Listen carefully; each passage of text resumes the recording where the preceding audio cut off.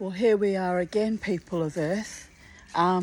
Before I get stuck into reading you from the Dreamtime stories that I mentioned in my previous video, I wanted to show you this exquisite flower that has appeared on this. It's kind of like a gigantic strelitzia.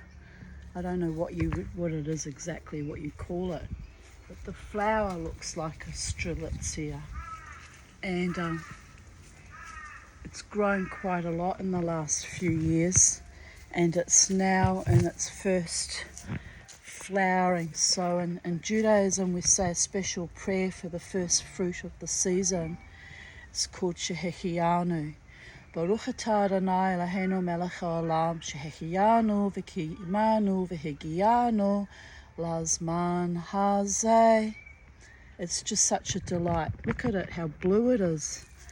The inner, I don't know what you'd call that part, but it's blue and anyway, I'm thrilled to bits. There's my other strelitzia over there. I'm thrilled to bits, and I'll quickly go up the back of the garden and show you my other surprise from Sacred Space today, which is also beautiful and delightful, and I'm also thrilled and excited about, which is, we've got one grevillea bloom. Charlie loves those, eating those, and hippeastrum is in flower. Let me just try and get it. Can you see it? No, I've got to get it out of the shadows. Look at her. Isn't she glorious?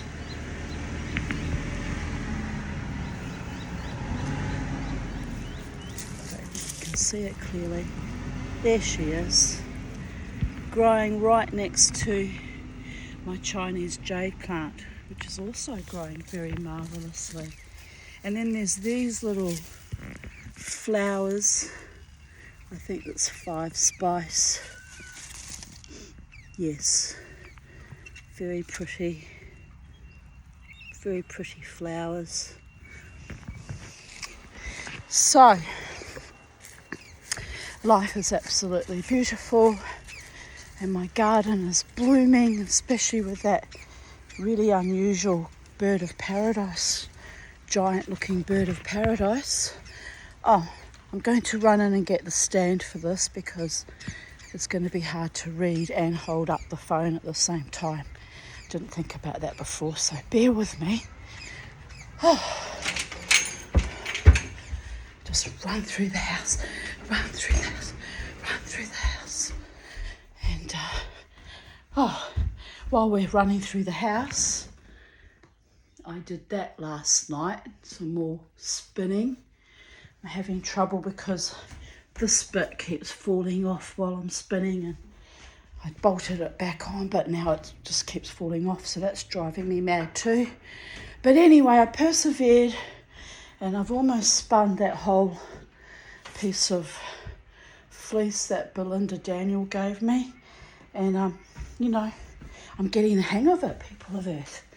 I'm getting the hang of it. If I could just get the wheel to function properly, because it's doing Mickey fins last night, I could get a lot more done and be a bit more productive. Oh, by the gods, why are they coming now? I want to make my video and they're going to be noisy chopping trees. Bugger. Alright, well, we'll have to go inside then, won't we? I wanted to sit in the garden to do it.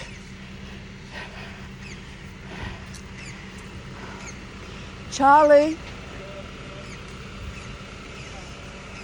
I might get Charlie down actually. Oh, they're not going to chop her down. Well, that's unfortunate timing. Very unfortunate. Hey. Yeah, I know. You've just picked a bad time. I was just about to make a video, but it is what it is. How much of it do you have to lop off? I have to get rid of about 3 or 4 metres underneath the lines. All right. So just those the side ones there. Yeah. All right. Yeah. No worries. Maybe that tall one. Anything that's real whippy that can whip over. Yeah, yeah. No, I get it. I get it. All right. No worries. Charlie, come down. Come down out of the tree. Come down out of the tree, Charlie. Yes, come on, because they're going to start the machinery soon. Come down, come on. Come to Mama.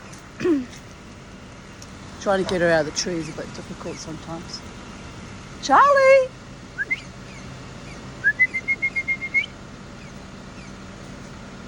Well, I'm not going to get her out, am I? Right, what are we going to do this? Maybe if I sit over here so we're a bit further away from the machinery sounds, because they're going to be sawing and cutting and, you know, doing their job.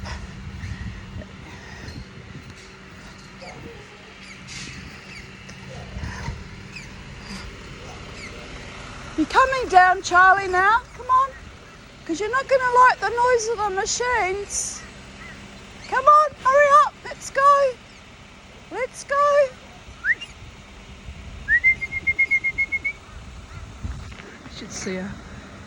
Come on, yes, I know. Come on, come down to Mama now. Hurry up. Time is money, Charlie.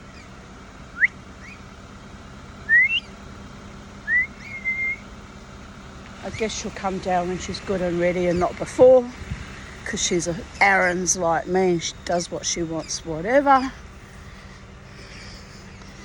Right, we'll just decamp over here, I think.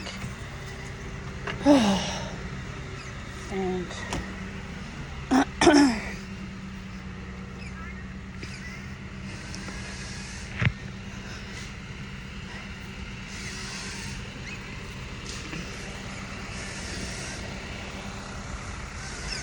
there's always something at Sacred Space. You think you've got a clear run and something always happens. I guess that's just the way it goes, babies.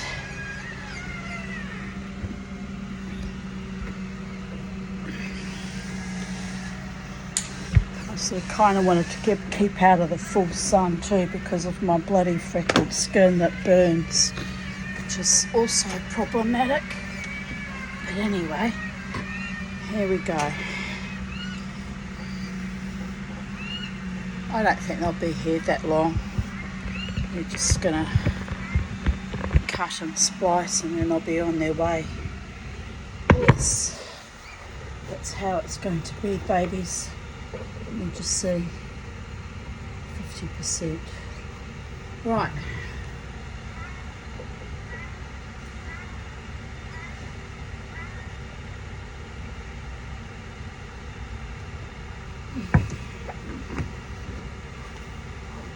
Might just plug us in because I worry that I'm only on 50% battery, so I've got to avoid the worries and get on with my job.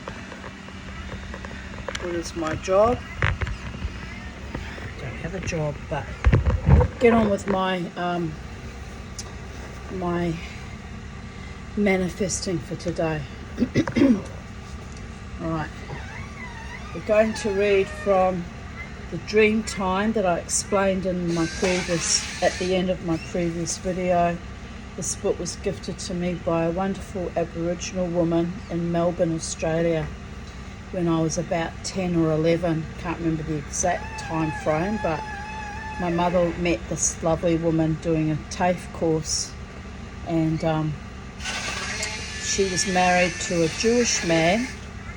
And yeah, she took a shine to me, gifted me this beautiful book, which, because I want to read from magical or mythical texts and keep with the occult theme behind my stories, it runs like a thread through everything.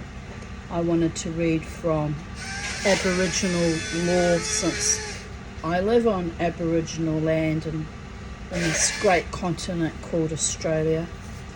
So here we go. The Dreamtime Australian Aboriginal Myths. In paintings by Ainsley Roberts with text by Charles P. Mountford. Published by Rigby Limited.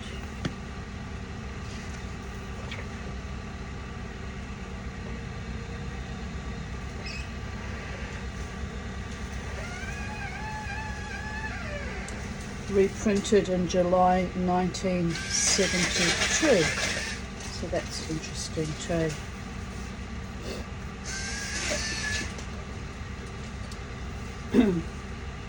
To the brown people who handed down these Dreamtime myths.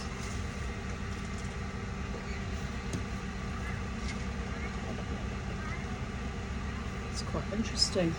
Let's have a peek at the man doing his thing. He's up there. He's up there on his little thing, chopping down my bamboo because to clear the power lines. Charlie's kind of watching too.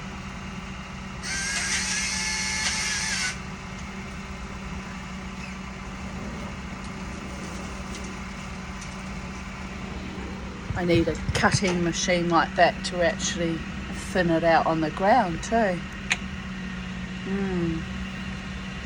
Not to worry. Looks like he's already done. Made quick work of it. Oh no, bit more going on. There's a bit more going on there. Got one just from that tree there.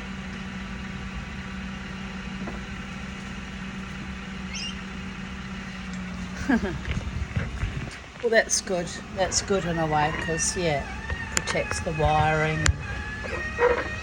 We had the wires come down some years ago when the garbage truck went past and they hit the top of his truck and his whole truck was sparking. It was actually live.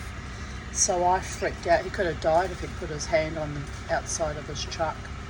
So they replaced the wires a bit then and that was good. But, yeah. It's good to see our tax money being put to good use by the Brisbane City Council that has $322 of my money. But apart from that, it's good to see it being put to good use.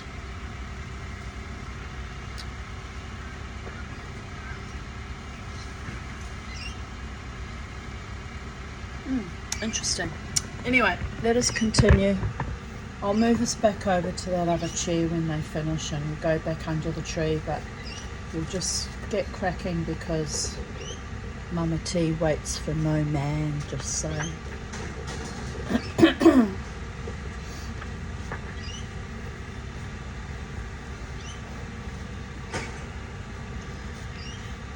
The Dreamtime.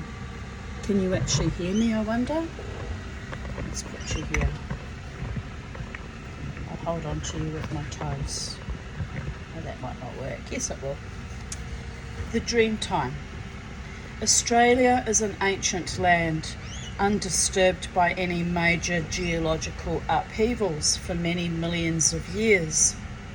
Its people, too, are an ancient people who, reaching the shores of this continent 15,000 or more years ago, were able to follow this simple way of life until we, the white intruders, came among them.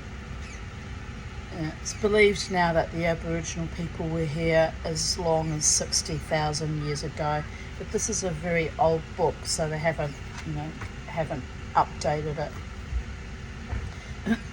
Well, we've updated it since then, is what I mean. Right, the men are done and on their way, I think. No other race has ever lived in Australia, nor at the present time are there people of the same stock anywhere else in the world, except perhaps the pre-Dravidians of India and the almost extinct Vedas of Ceylon, who may be distantly related. There is no evidence that the Australian natives originated in their present homeland, but wherever they came from, it is reasonable to assume that they left southeastern Asia and travelled to Australia through the Indonesian and Melanesian islands, their journey spanning probably many hundreds of years. Although Cape York on the northeastern corner of the continent would have been the easiest and most reasonable point of entry, some groups may have landed along the northwestern coasts of the continent. Irrespective, however, of their points of entry, these brown-skinned people were living in every part of Australia, from the fertile, well-watered coastal regions to the arid, inhospitable interior, many thousands of years before European settlement reached their homeland. It is certain that the Aborigines have always been, as they are today, simple hunters and food gatherers, collecting their sustenance at such time and place as nature provided. In seasons of plenty, they feasted, and in times of hardship, they philosophically endured hunger, confident that some foods would soon be ready for harvesting. The equipment of the Aborigines is particularly limited, except along the coastline or on the larger rivers where fishing is an activity. The men own little more than spears, spear throwers, boomerangs and clubs. And the women use wooden, bark or string containers, grinding stones to reduce grass seeds into a coarse flour, and simple digging sticks for unearthing tubers and small creatures. I won't move over yet, I'll wait till they're finished because otherwise it's just going to be noisy up that end too. Some tribes use simple watercraft, but over the vast stretches of the Australian coastline, the Aborigines are without any means of travelling by water. They do not know how to weave cloth to cover themselves, have no pottery techniques by which to make cooking vessels, nor any beasts of burden on which to travel or carry goods. From the standpoint of material possessions, the Aborigines of Australia are, without doubt, the poorest of any people. This material poverty has led to the mistaken impression that, as the white man uses so many, and the Aboriginals so few tools with which to gain a livelihood, the Aborigines must have the lesser intelligence. But this idea is completely refuted on an examination of the success of the food gathering of the Aborigines in the almost waterless deserts of Central Australia, a country so arid that no white man can live there unless he takes his own food. Yet, with no more than 5 tools, the Aborigines have been able to live and multiply in this harsh and unfriendly country for many centuries. This is surely evidence not only of normal intelligence, but of minds intensely trained in the lore of the desert and in the knowledge of its food resources. The Aborigines live in family groups, each group having its own territory, which its members seldom leave except to attend some important ceremony or when there is a shortage of food or water. All members of the family, from children to the oldest men and women, engage in a continuous search for food a search that must go on from day to day, for they have no means of storing or preserving what they kill or collect. To meet these conditions, the natives must acquire a profound knowledge of the rhythm of their country.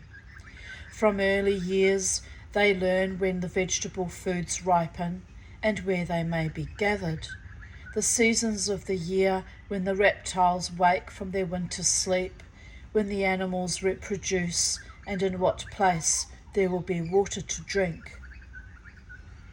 The Aborigines have also developed a calendar based on the movements of the heavenly bodies, the flowering of certain trees and grasses, the mating calls of the local birds, and the arrival of migrant ones. All these signs are related to the food cycles on which their living depends. The labour of food gathering is fairly equally divided between the men and the women. To catch the larger creatures, the kangaroos, the wallabies, and the emus, the men often have to make long journeys in the cold of winter or the blazing heat of summer. The women, laden with the children and the camp gear, travel in a more or less straight line from one stopping place to the next, gathering vegetable foods, fruits, and small creatures on the way. The men often return empty-handed at the end of the day, for the desert animals are wary and difficult to capture, but the women always bring in some food. Sometimes it is not much or particularly tasty, but is usually enough to keep the family going until the hunters are more successful.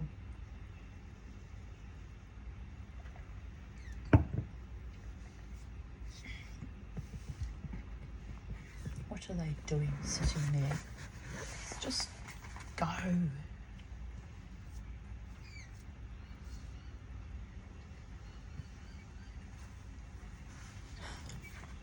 You have to laugh.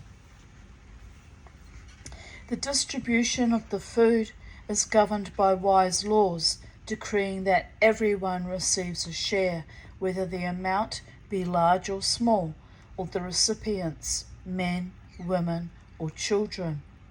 Further, though meat is highly prized, the hunter gains little advantage from his prowess.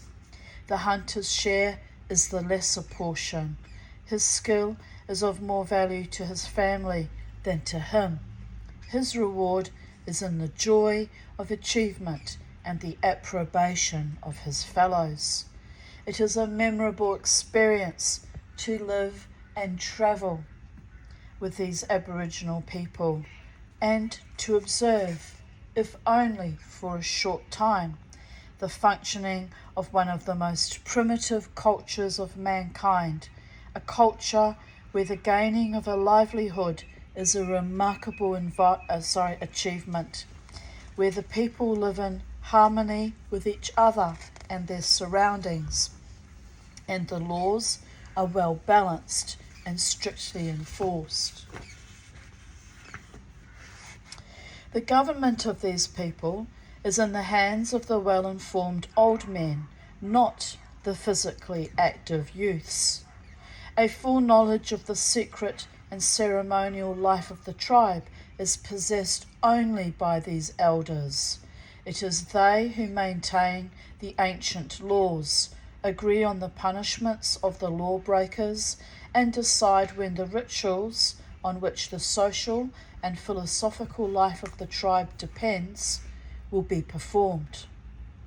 It is not, therefore, the task of a professional or priestly class to preserve the traditional myths and their associated rituals, but of a number of groups of fully initiated men, each group being responsible for the memorizing of the myths, songs, and rites belonging to their family territories, and for the passing of them on, unaltered, to the succeeding generation. The organisation of each tribe in its basic form is divided into two intermarrying groups. For example, one half are the Crow people and the other the Eagle Hawk people. It is a fundamental law that a man must always marry outside of his group, and the same applies to women. An Eagle man must marry a Crow woman, or vice versa. To marry a member of the same class would be looked on much the same as marrying a brother or a sister, and punishable by death. The Aborigines believe that their world is flat and so limited in area that, should they travel to the horizon, which to them is the edge of the universe, they would be in danger of falling into bottomless space. Most tribes assume that the world has two levels: the earth, which is the home of the Aboriginal men and women, and the sky, in which the sun, moon, and star people live, as well as, during the dry season, the rainstorms, the thunder, and the lightning. According to some tribes, the home of the dead, that is, the Aboriginal heaven, is also in the sky, although other Aboriginal groups consider that, when dead, they will take their eternal rest on a distant island, in a dense jungle, or in some other inaccessible place.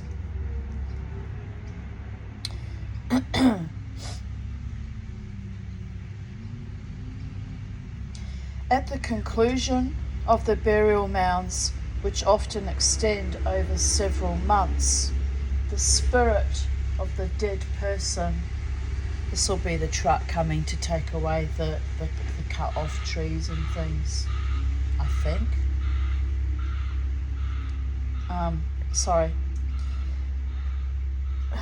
At the conclusion of the burial rituals, which often extend over several months, the spirit of the dead person, leaving its burial place, sets out on a journey to its future home. Sometimes the spirit is ferried to its destination by a ghostly boatman. Sometimes it is guided by a bird of the night, and sometimes it is met by a party of spirits who've been waiting for their old friend to join them. In the heaven of the Aborigines, there is an abundance of food, good weather, comfortable camping places, and a community of old friends, all of whom are at peace with each other. The Aborigines, not aware of the facts of physical paternity, believe in the existence of tiny, self-supporting spirit children who are always on the lookout for earthly mothers. Okay, this is going to be a bit noisy now.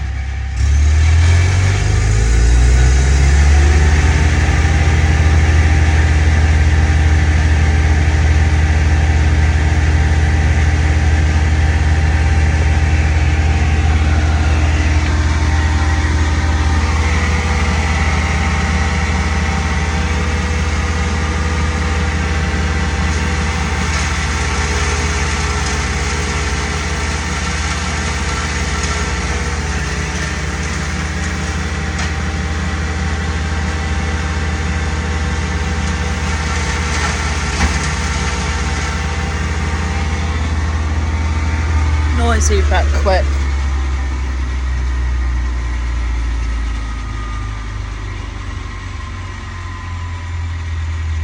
It's quite interesting to watch actually. Bit worried about Charlie, but she's still up the tree, being a bird, not terribly phased, so that's good.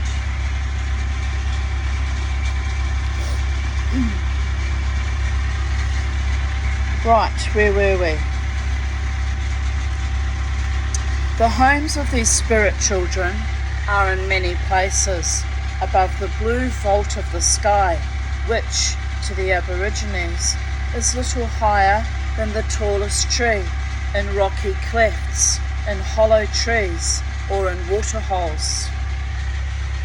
When a little spirit peering out from its hiding place sees a woman whom it thinks will make a good mother, it enters her body and starts life as a human being. Oh, well, that's one noisy truck gone, and we're just going to wait for the other ones to go. I wonder what they're doing. They must be doing things further into the forest. Although the original idea of the creation of the world is much the same in general pattern throughout Australia, the details vary from tribe to tribe. The following myth from Central Australia is typical of many.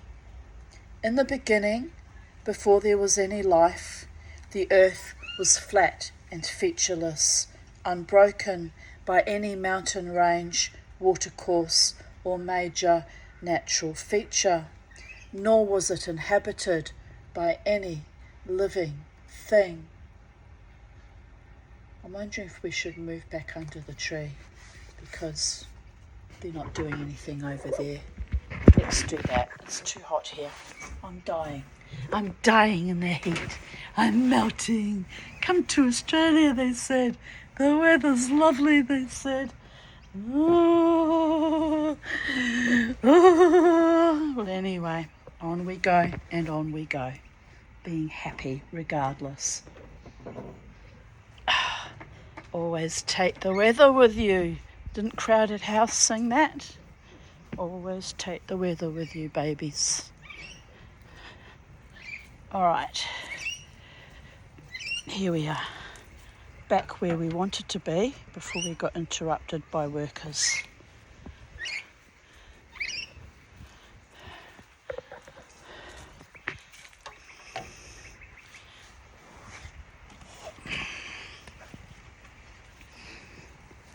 Right, how are we going to do this? Pardon me.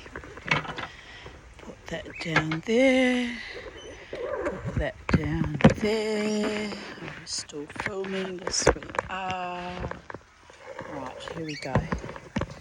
Yay, we made it. We made it back. Right.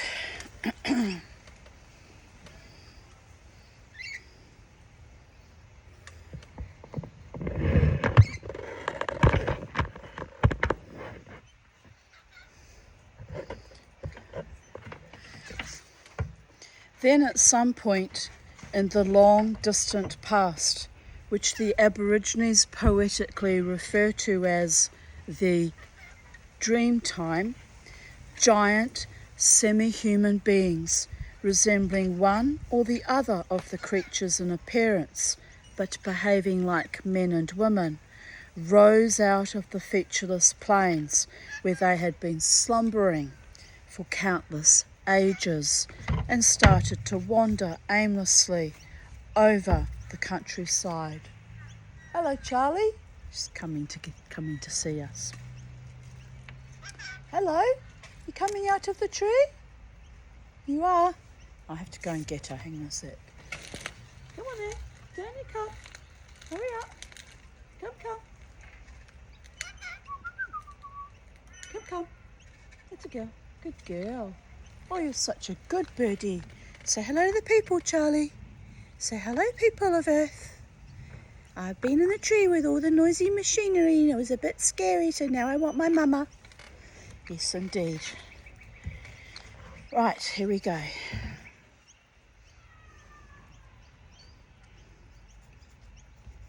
As they wandered, yes, these Dreamtime heroes carried out the same tasks as do the Aborigines of today.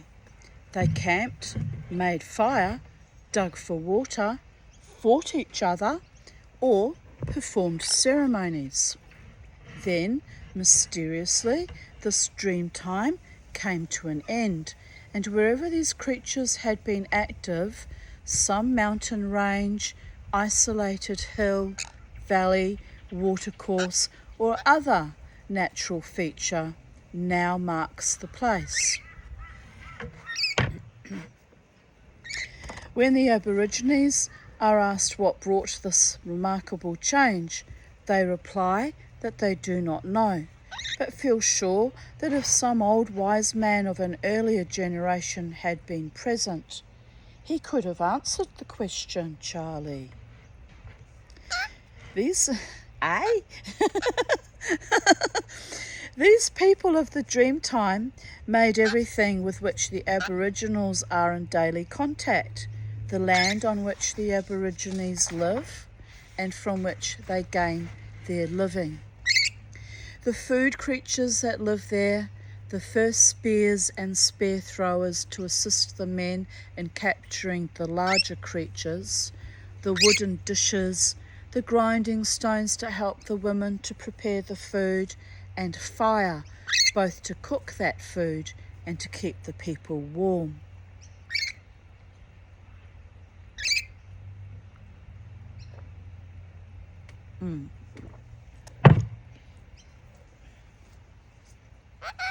Yes, I know.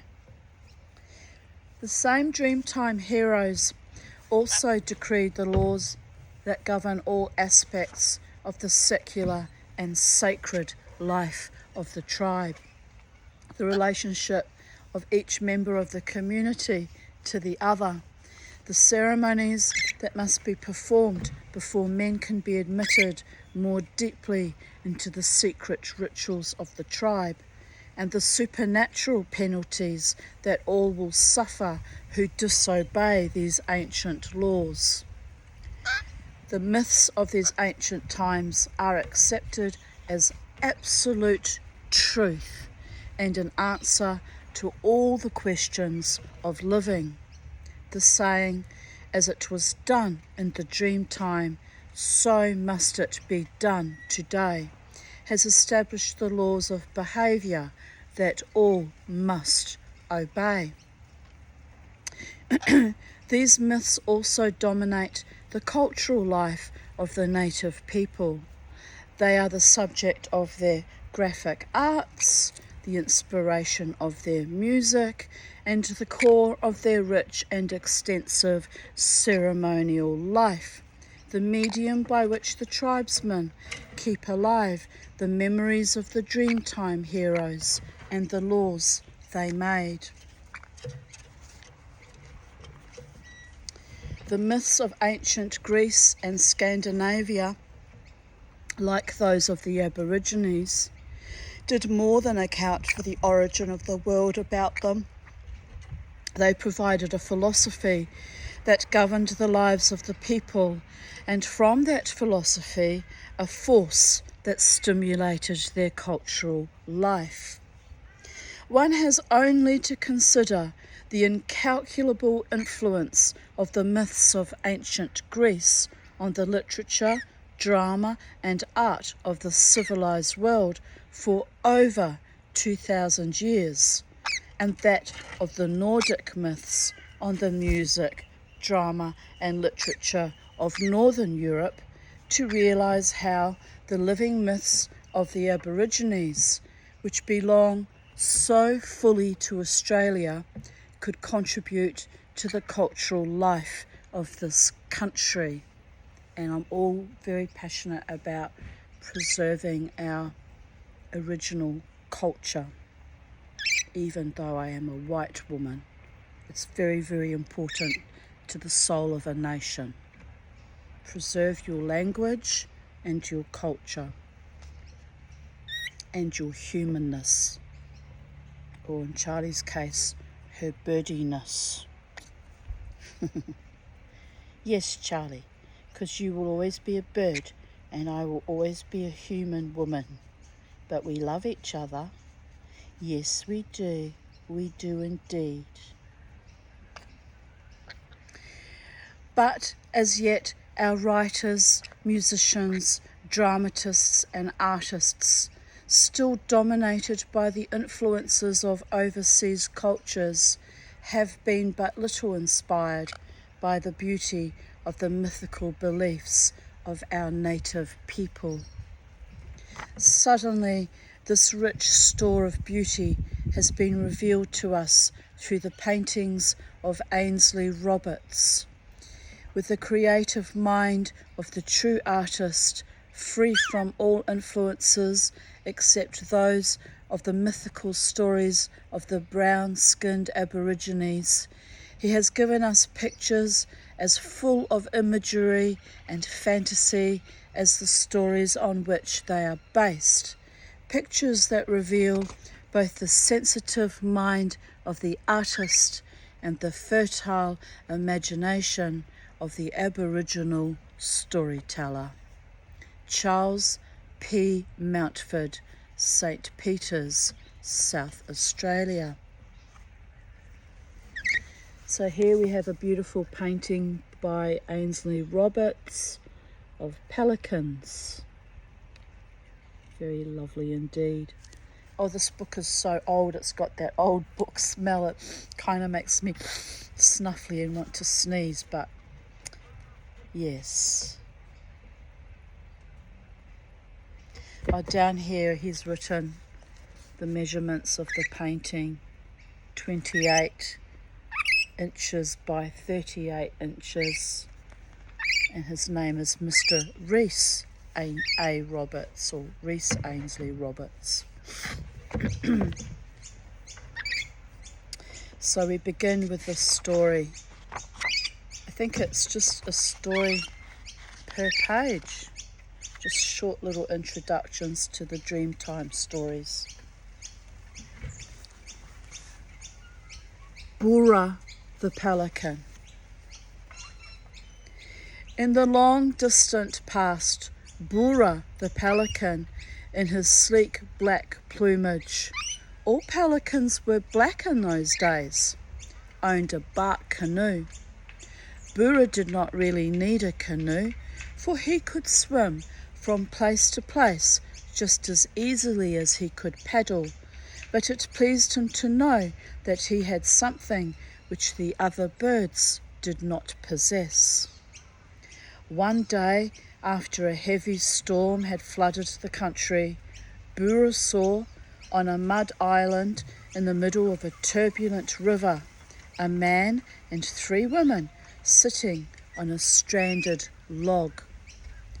After many entreaties, Boora agreed to rescue the Aborigines, but being attracted by the youngest and prettiest girl, Kantiki, he secretly planned to steal her for himself. So, one by one, the pelican ferried the Aborigines across, leaving Kantiki until last. But when Boora left with his 3rd passenger, Kantiki, terrified at his obvious intentions, took the skin rug from her shoulders and, wrapping it around a log about the same size as herself, laid it on the sodden ground and slipped quietly into the water, hoping to reach her companions on the distant bank. When Boora, full of expectation, returned to collect his prize, he was so angry at finding the girl asleep that he kicked the figure with all his might, severely injuring his foot. Furious over the loss of Kantiki, at the pain in his foot and it being made to look ridiculous, he paddled back to his camp. Splashing white paint over his head and body in the same way as the Aborigines do when about to take part in a fight, Boora was on the point of setting out to recapture Kantiki when the older pelicans saw his painted body. They were so disgusted with his appearance that, attacking Boora with their long beaks, they drove him from the camp, decreeing at the same time that pelicans must never change their colour. Yet, in spite of this, so many of the younger birds, who tired of their sombre plumage, painted themselves with white, that today all the pelicans seen on the shores of the lakes or feeding in the billabongs are black and white, just as Bura was so long ago.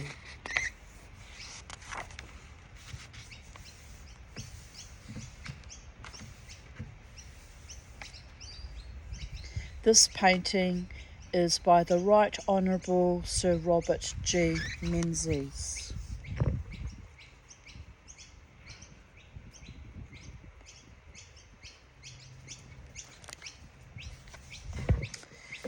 The first kangaroo.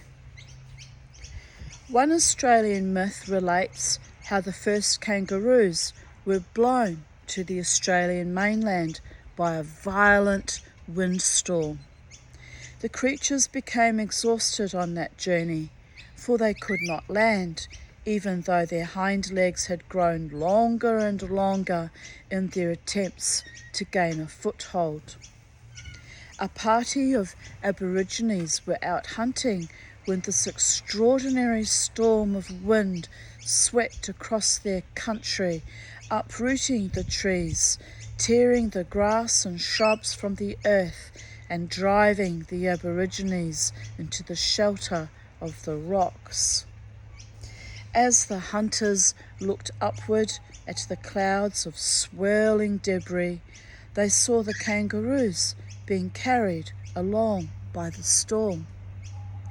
Never before had the Aborigines seen such strange animals, with their small heads and small arms, large bodies and tails, and long legs with which they were always trying to touch the ground, only to be swept into the air by the next blast of wind.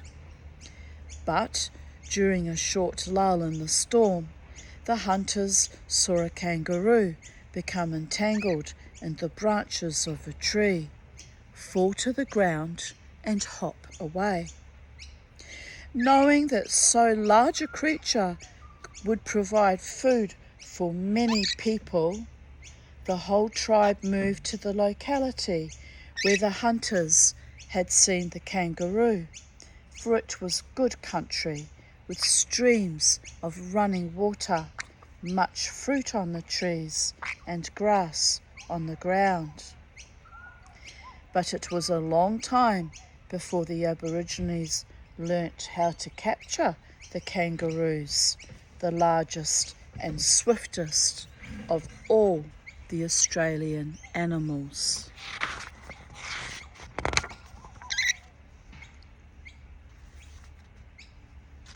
This painting is by Charles P. Montford, who wrote the introduction and I presume the stories in this book.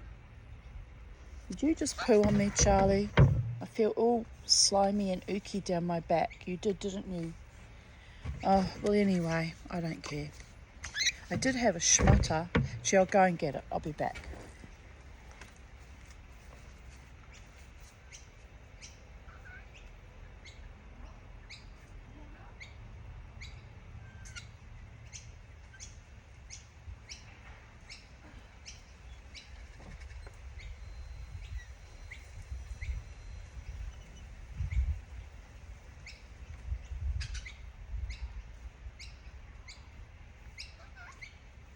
Mama? Oh.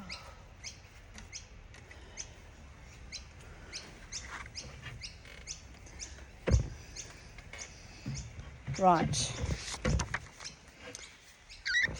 The Sun Woman and the Moon Man. Life was difficult for the Aborigines when the world was young, for, having neither light nor heat, the people were forced to search for their food in the darkness, and having found it, had to eat it raw One day, Purukupali, the first man in the world, and please forgive me for Aboriginal if I pronounce that wrong, and his companion, Japara, were rubbing 2 sticks together just to see what would happen when, by chance, they found out the way to make fire. Purukupali, realizing that they had discovered something that would dispel the darkness and also give heat for the Aborigines to cook their food and to keep themselves warm, gave a large torch of blazing bark to his sister, this is going to be hard, Upranala, and a smaller one to his friend, Yapara, telling them that whatever happened, they must always keep their torches burning. When the creation period came to an end and the mythical people were transformed into creatures, plants and natural forces, Pranala became the sun woman and Yapara became the moon man. In the morning, when the sun woman rises in the east with her torch of blazing bark, the Aborigines leave their camps to collect food from the jungle, plain and seacoast. As the sun reaches its zenith, Pranala, lighting a fire to cook her food, makes the day so hot that the Aborigines retire to the shade of the trees. About mid-afternoon, they continue their food gathering until the sun woman disappears over the western horizon. It is then that the moon man, Japara, with the smaller torch, makes his journey across the sky to overcome the darkness of the night. This painting is by Mr. E. Geoffrey Smiley.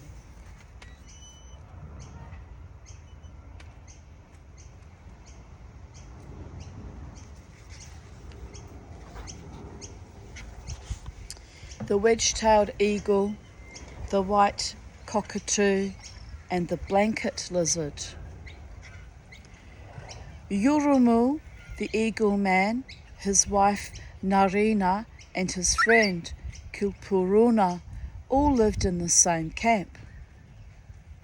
One day, when the woman was in the forest collecting food, Kilpuruna met her and asked for something to eat. She offered him an opossum, which he would not take, then many other kinds of food, until Kilpuruna admitted he was not hungry. He really wanted Narina to go into the forest with him. At first, Narina refused, saying that her husband, Yurumu, would be angry if she did this. By persistence and flattery, however, Kilpuruna finally had his way. On returning to camp, Narina, feeling ashamed of what she had done, told her husband. Though Yurumu was angry and punished his wife, he did not mention the matter to Kilpuruna, but bided his time to take vengeance.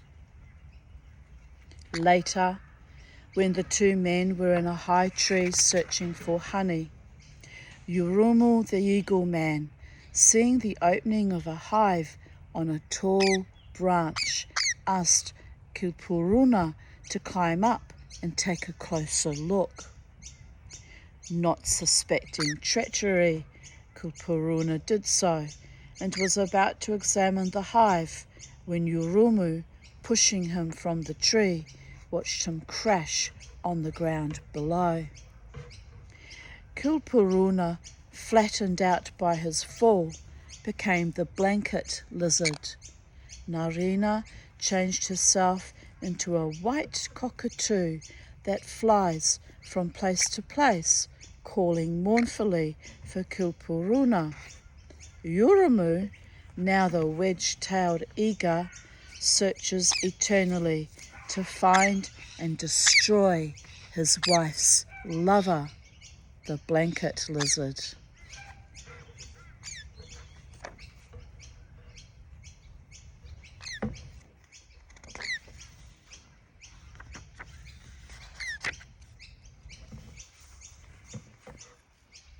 This painting is by Mrs. P.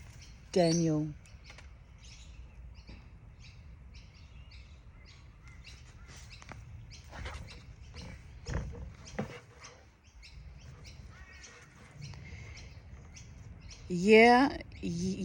Bake, and her dogs.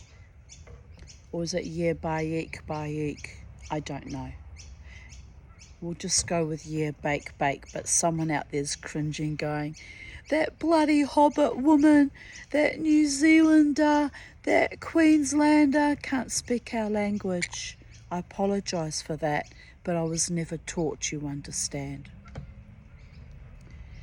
Long, long ago, when many of the animals were still human beings, there lived an old woman, Bake, who kept a large pack of dingoes.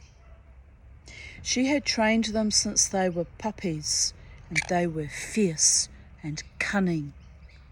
To Bake, the other Aboriginals were merely food, for she and the dingoes lived only on the flesh of human beings. Bake had devised many schemes to satisfy this unnatural hunger, one of which was to roam through the bush until she met a hunting party. She would then tell them that she had seen wallabies feeding not far away, and if they waited where they were, she would drive the game in their direction. With spears and boomerangs ready, the Aboriginals would wait excitedly. But when Bake appeared, it was with her pack of hungry dingoes who surrounded the unfortunate people, killed them, and took their bodies back to Bake's camp. After a time, the other Aboriginals missed such a large number of their companions. Upon finding out what had happened, they surrounded Bake and her dogs and killed them all. As the dingoes died, their bodies changed into tiger snakes and slid away into the bush. The skulls of the murdered Aborigines were transformed into white boulders, and Bake herself became a small brown bird that ran hurriedly into the bush and disappeared. The little bird, not often seen by man, usually gives its call at night.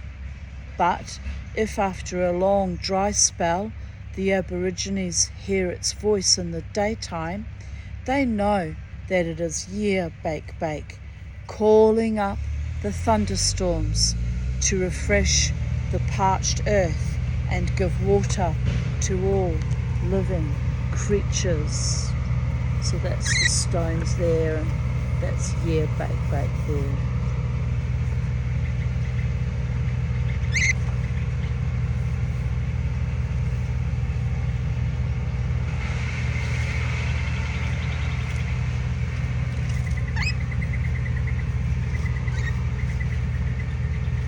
This painting is by Mr. V.G.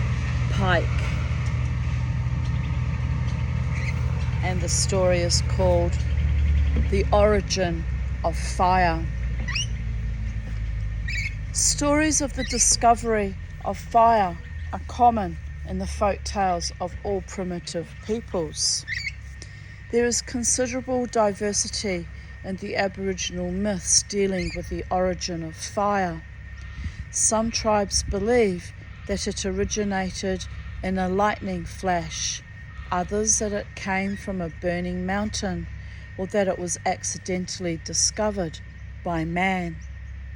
A myth of the Aboriginal people who lived on the northwestern coasts of Australia tells how, just had to think for a minute where that would be, on the other side of the continent, that way over, like Broome Way, tells how their fire came from the sky. Two brothers named Kanbi and Jitabidi lived in the heavens. Their camp was near the Southern Cross, and their fires were the pointers, Alpha and Beta Centaurus. At that time, there was no other fire in the universe. Food was getting scarce in the sky world, so Kanbi and Jitabidi came to Earth, bringing their fire sticks with them. They established their camp and laid their fire sticks on the ground while they went out to hunt opossums. The two hunters were away so long that the fire sticks, becoming bored, began to chase each other about in the grass and among the branches of the trees. This game started a bushfire that burnt out much of the surrounding country. Seeing the smoke and the flames, the brothers returned at once to their earthly camp, recaptured the playful fire sticks, and restored them to their place in the sky. It happened that a group of Aboriginal hunters saw the fire and felt its warmth. Realizing the value of this strange new element, they took a blazing log back to their own camp, from which many other fires were lit. Now all Aborigines have the fire that once belonged only to the men of the Southern Cross.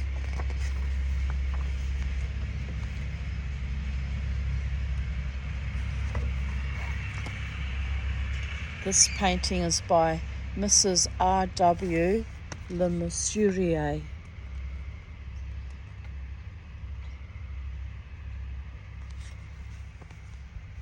She's clearly married to a Frenchman with a name like that. Gulagaya and the White Dingo.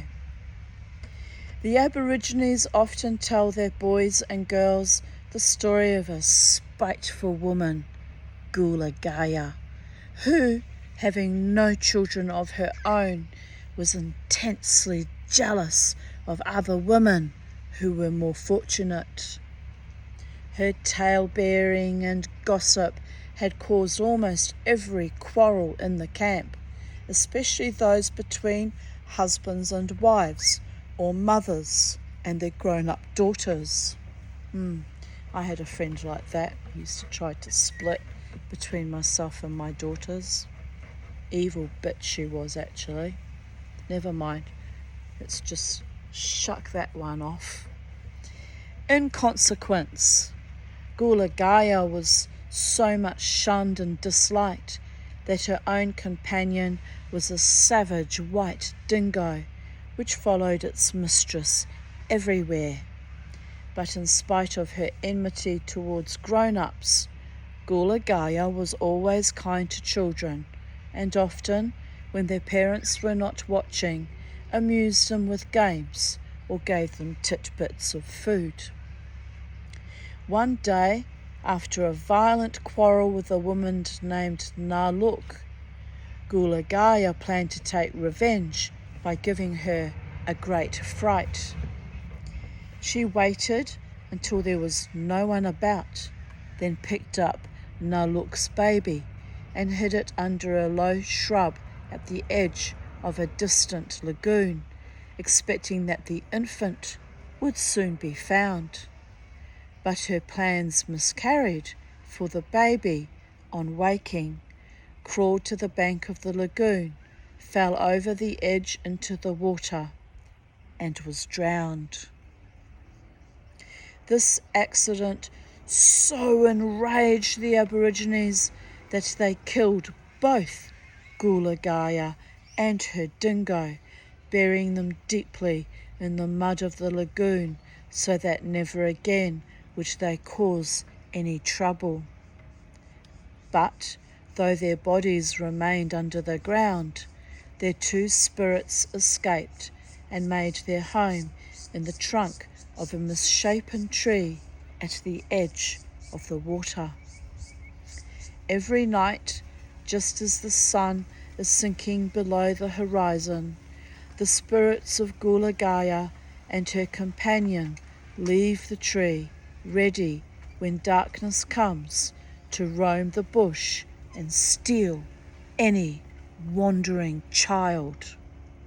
But Gulagaya is seldom successful, for the children, warned of the dangers of the dark, fear to leave the light of their campfire.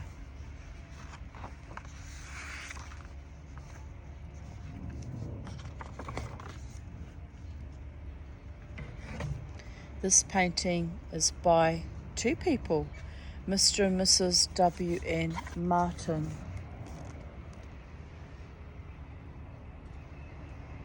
It's unusual for there to be two artists on the same painting.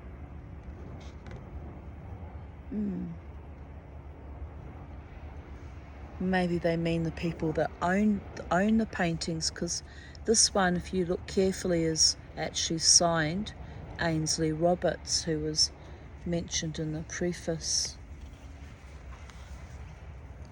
Anyway, the painting is titled, and the story is titled, The Death of Janini. When the world was young, there was no death. This calamity was brought about by the wrongdoings of the woman Bhima and her lover Japara. Bhima had a son, Janini, of whom her husband, Purukupali, was very fond. Where are you, Charlie? What are you doing over there? Every morning, when Bhima set out to collect food, she took Janini with her, and every evening she brought him back to his doting father, together with the food she had gathered. An unmarried man, Japara, who lived in the same camp, constantly followed Bhima and persuaded her to leave Janini under the shade of a tree while she accompanied him into the jungle. This intrigue had been going on for some time when, on one very hot day, Bhima and her lover stayed away too long. When the mother returned, she saw to her horror that the shade of the tree had moved and Janini was lying dead in the blazing sun. When the father heard of the tragedy, he was demented with rage and grief. He punished his wife severely for her carelessness. Then, picking up the dead body of Janini, Purukupali walked into the sea and drowned himself. At the same time, he decreed that, as his son had died, so must the whole of creation die, never to come to life again. And so it has remained from those remote times until now.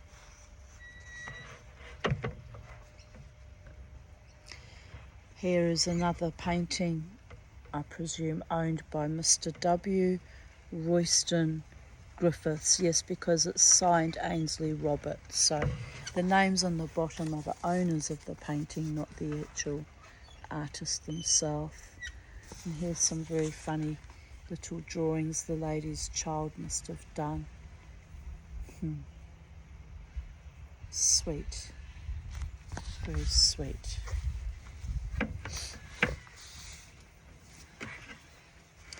The men of the Milky Way. There is a Melville Island myth that tells how, in the long distant past, the Maludayanini people were always sneaking into the jungle with the women of other men, even though they had wives of their own. Well, that's a bit rude, isn't it? This behaviour caused a great deal of jealousy and bickering that finally developed into a fight in which some of the men were killed. After this, the Maludayanini people went into the sky, the men becoming the Milky Way, the women some of the nearby stars. When the sun woman, Wuriupranala, disappears behind the western horizon and the light of her torch has faded, the men of the Milky Way travel in a wide band across the sky, visiting their wives as they go. Early in the evening, the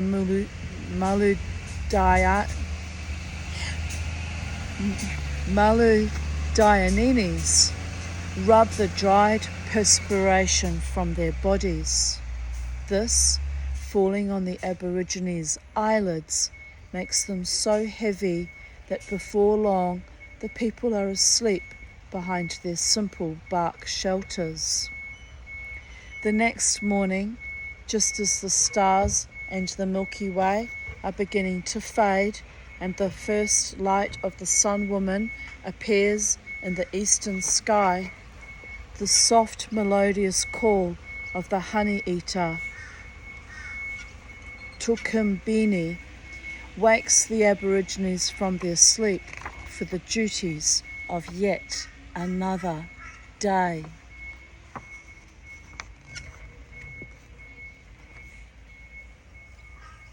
This painting is owned by Mr. and Mrs. David H. Brown.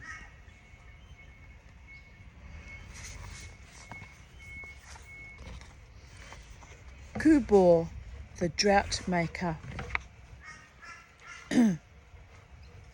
The Aborigines believe that if the body of a dead koala is not treated properly, its spirit will cause the rivers to dry up and everyone will die of thirst. A myth from southeastern Australia tells how this belief originated. An orphaned koala boy, Kubor, was constantly ill-treated and neglected by his relatives.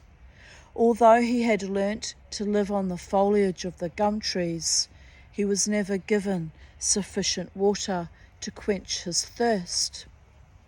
One morning, when his relatives set out to gather food, they forgot to hide their water buckets, so that for once in his life, Kubor had enough to drink. But, realizing that unless he stored some water for himself, he would soon be thirsty again, the boy, collecting all the buckets, hung them on a low sapling. Then, climbing into the branches, he chanted a special song that caused the tree to grow so rapidly that it was soon the tallest in the forest. When the people returned in the evening, tired and thirsty, they were indignant to see the water buckets hanging at the top of a very high tree with Kubor sitting in the midst of them. The men demanded that Kubor would return the stolen water, but he replied that, as he now had all the water, it was their turn to go thirsty. After a number of attempts had been made to climb the tree, two clever medicine men succeeded, and, harshly beating him, threw the little thief to the ground.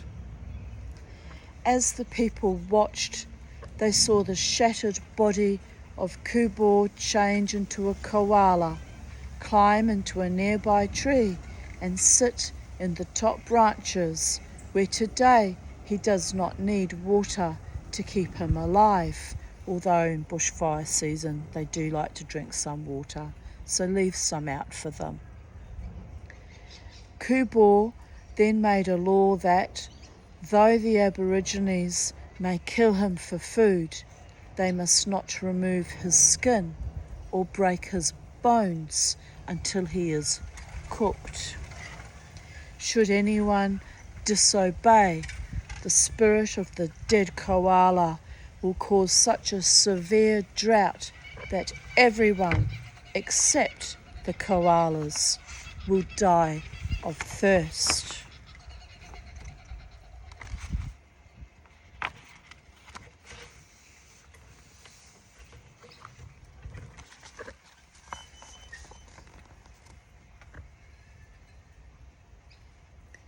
The banishment of the cuckoos.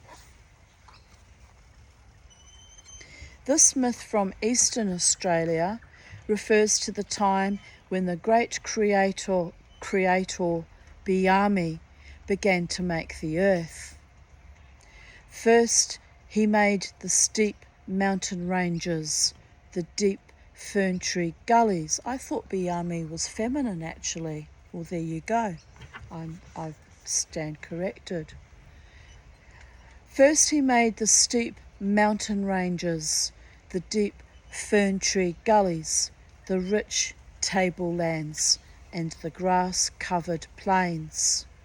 Then he created everything that moves on the surface of the earth: kangaroos, bandicoots, reptiles, and a host of smaller creatures. Finally, Biami brought birds into the world, the birds of the bush, willy wagtails, honey eaters, and cuckoos, the birds of the air, eagles, crows, and swallows, and the water birds, pelicans, ducks, and brolgas. Biami taught the birds how to make their nests, each in its own way, when to lay their eggs, when they were to be hatched, and how to feed the young until they were able to fly. All the birds obeyed Biami's instructions, except the cuckoos, who announced that they had no intention of building nests or of rearing their young. They only wanted to sing in the trees all day long. The other birds, angry at the cuckoo's attitude, called a meeting to persuade them to accept their responsibilities, but in vain. Enraged by the cuckoo's selfishness, the birds rose in a body and drove them to the far north. From that time, every bird has been the enemy of the cuckoo. When spring comes, the cuckoos fly south again to lay their eggs in the nests of other birds, leaving the hatching and feeding of their offspring to the foster parents. But when the young cuckoos are fully grown, they follow with unerring accuracy the path taken by their parents, without any previous knowledge or guidance except that given to them by the great Creator Biami.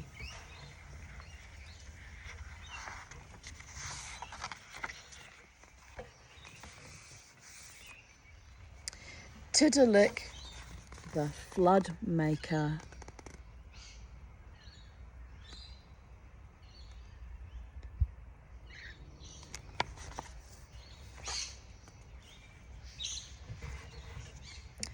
Tiddalik the largest frog ever known, awoke one morning with an unquenchable thirst.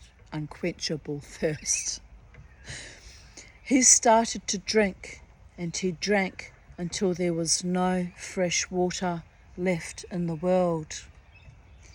The creatures everywhere were soon dying, and the trees were shedding their leaves because of the lack of moisture. It seemed that very soon Tiddalik the frog would be the only one alive. The animals could not think of a way out of their terrible plight until a wise old wombat suggested that if Tiddalik could be made to laugh, all the imprisoned water would flow out of his mouth. So everyone gathered by the giant frog's resting place. For a long time they tried to make him laugh, but in vain. The kookaburra told his funniest stories, so good that he could not help laughing at them himself. The kangaroo jumped over the emu, and the blanket lizard waddled up and down on two legs, making his stomach protrude, but the frog's face remained blank and indifferent. Then, when the animals were in despair, the eel, Nabunum, driven from his favourite creek by the drought, slithered up to the unresponsive frog and began to dance. He started with slow, graceful movements, but as the dance became faster, he wriggled and twisted himself into the most grotesque and comical shapes until suddenly Tiddalik's eyes lit up and he burst out laughing. And as he laughed, the water gushed from his mouth and flowed away to replenish the lakes, the swamps, and the rivers.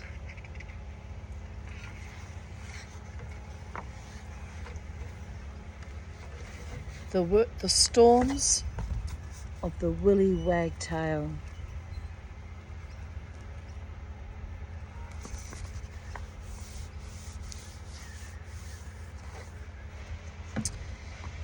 The Aborigines of southern, central and northern Australia regard the willy wagtail either with fear or with hostility. Ouch.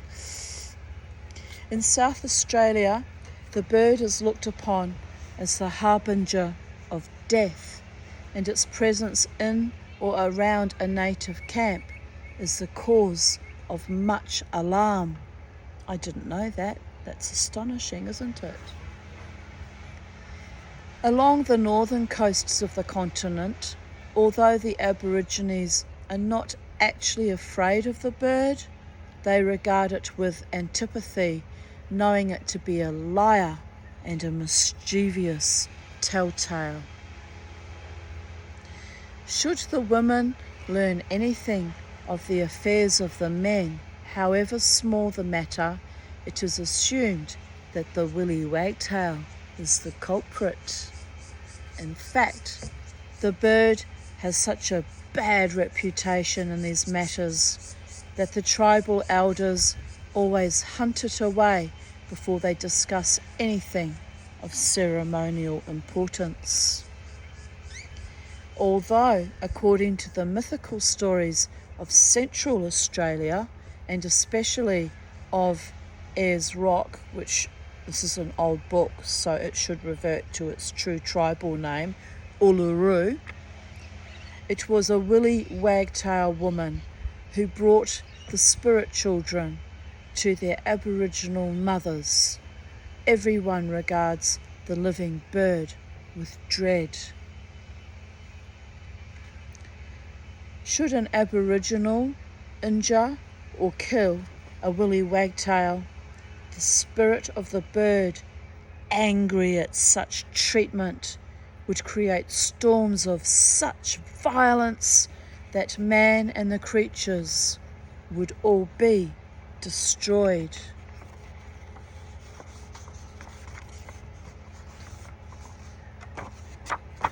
So what did we learn from that story? Willie Waitau is the biggest gossip, and reveals secrets of tribal law meant only for men to the women, therefore creating great breaches of sacred law. And what else did we learn? That to kill them means that we would all be destroyed. Oh, and also it brings spirit children to mothers. Oh, so it's blamed for pregnancy as well. Where are you, Charlie? Purupriki and the flying foxes.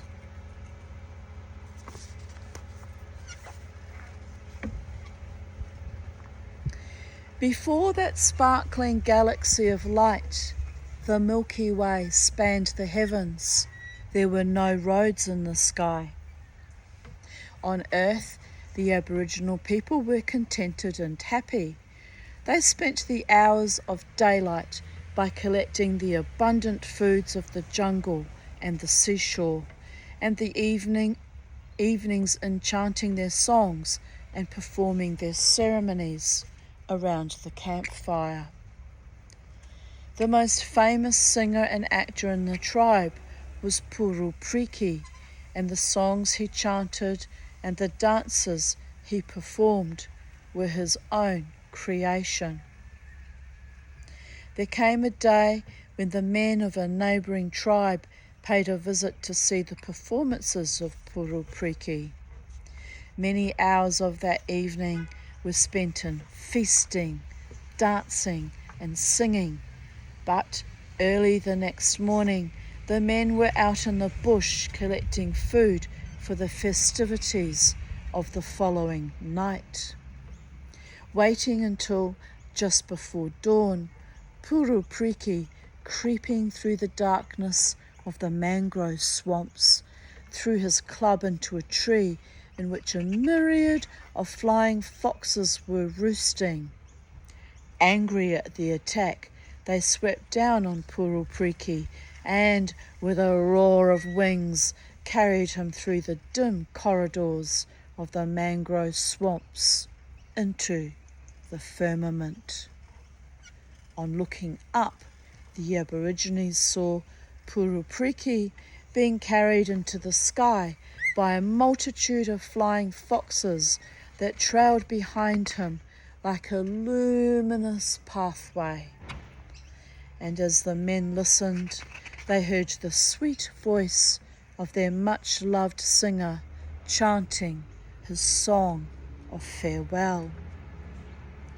That night, the tribesmen danced and chanted Purupriki's farewell song, and in the sky, looking down upon the men who did him honour, was Purupriki, now the bright star Antares, while stretching across the firmament were the flying foxes, transformed into that brilliant spectacle of the night sky, the Milky Way.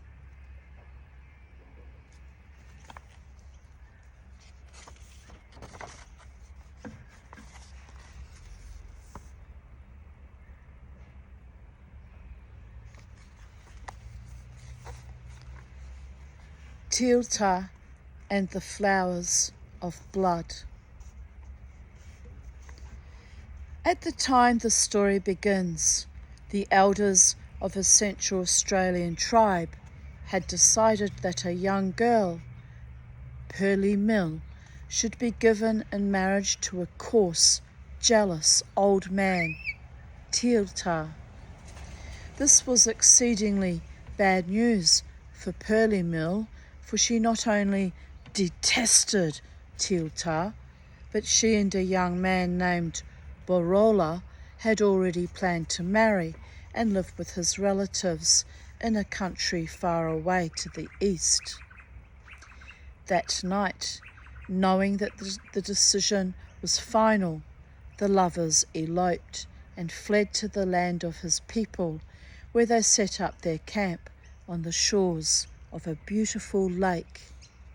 There they lived happily for so long that they had almost forgotten Tilta. But after several years, Tilta, his mind still full of hatred, assembled his relatives and attacked the people with whom Pearly Mill was living. Tilta had planned to capture Pearly Mill for himself, killing everyone else in the tribe, but his scheming was of no avail, for in the confusion of the attack, every member of the tribe was slain, including Pearly Mill, and the blood from their wounds staining the ground on which they lay. The next season, Tilta returned to gloat over the bleached skeletons of his victims.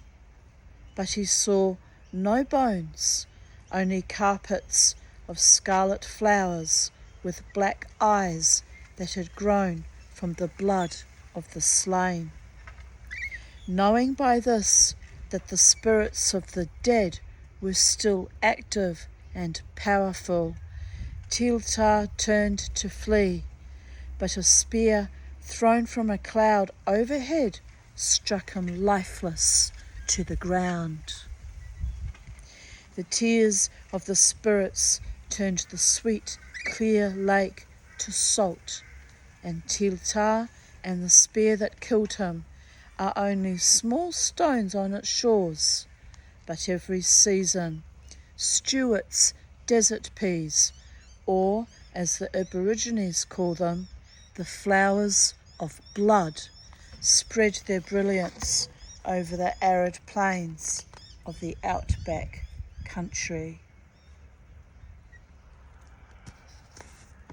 Here he is being speared by spirits in the cloud. Bima the curlew.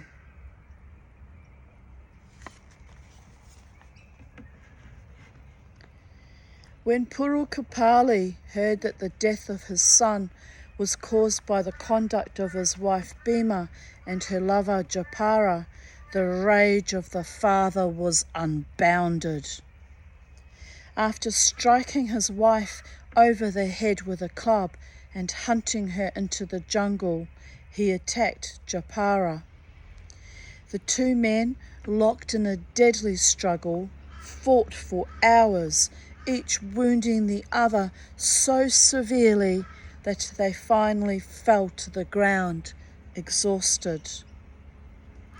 When Purukapali, recovering slightly, walked into the sea with his dead son and drowned himself, a great change came over the world. Japara became the moon man and rose into the sky, the wounds made by Purukapali still visible on his face. Bima, mother of the dead Janini, was changed into a curlew, who even now roams the forest at night, wailing with remorse and sorrow over the loss of her son and the calamity she brought to the world. I had her visiting outside my bedroom window about a week or so ago, calling into the night.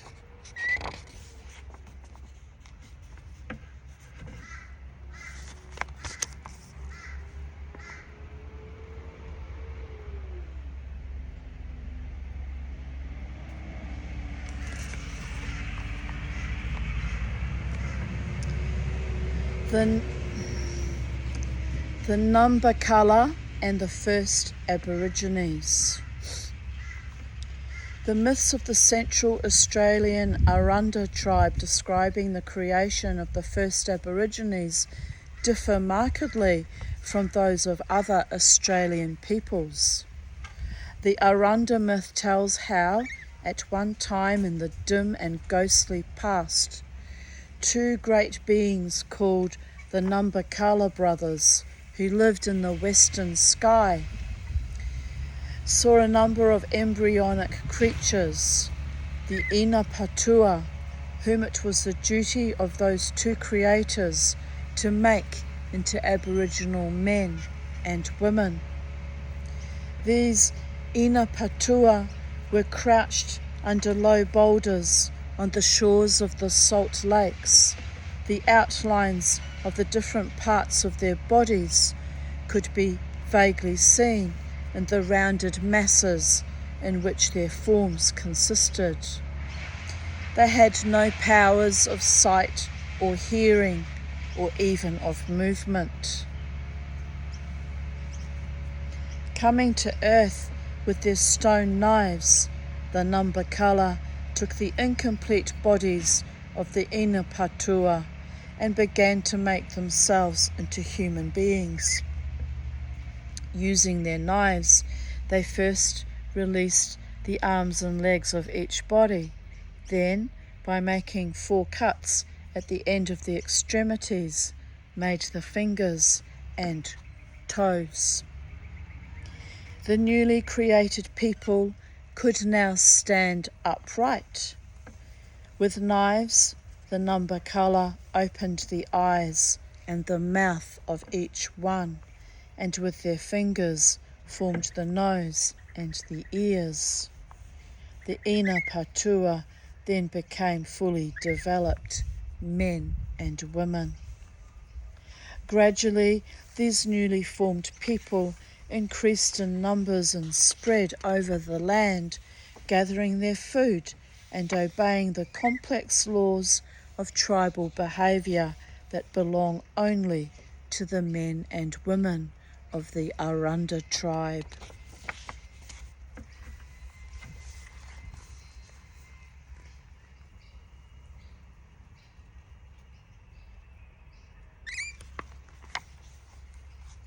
The frogs and the sound of wind. Just seeing how many more stories. I'm getting a little bit tired. Not too many to go. We'll see how we go. One afternoon, during the Dreamtime, the frogs were cooking their evening meal when they saw the grass moving slightly beside them, felt a gentle breeze, and heard a voice asking for food and for permission to sleep beside the fire that night. The frogs, nervous because they could feel but not see the unknown presence, reluctantly agreed to the request. That night, the frogs slept but little, afraid that their mysterious, invisible guest might harm them. But with the rising of the sun, they saw the grass moving as their guest departed and heard a voice saying, "I'll see you again before long." All that day, the frogs were too fearful to prepare any food, nor did the hours of darkness bring them any rest as they speculated about this new danger. The next day, the frogs were seated on the branches of a tree on the edge of the river, waiting to see the owner of the mysterious voice.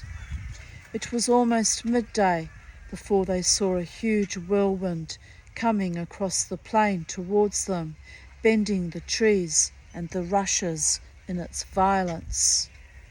Suddenly, the whirlwind reached the camp of the frogs, smashing the flimsy shelters into many pieces and scattering the fire in all directions.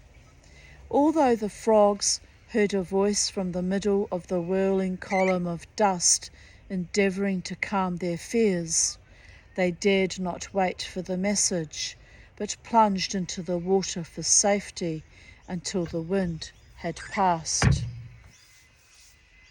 This experience gave the frogs such a fright that even today the slightest movement of wind in the reeds of their waterhole is enough to make them leap into the security of the water. What you doing, Charlie? What you doing? Are you helping Mama read the stories of the Dreamtime?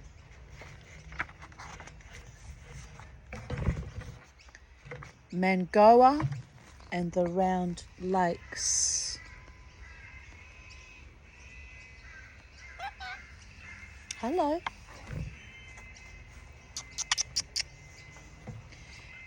Mangoa the hunter, waiting silently on the edge of the lake to spear some fish, saw a young and beautiful girl, Pirili, paddling her shallow bark canoe toward the distant shore. The sight of the graceful body of Pirili and the ease with which she propelled her simple craft filled Mangoa with an overwhelming desire to possess her.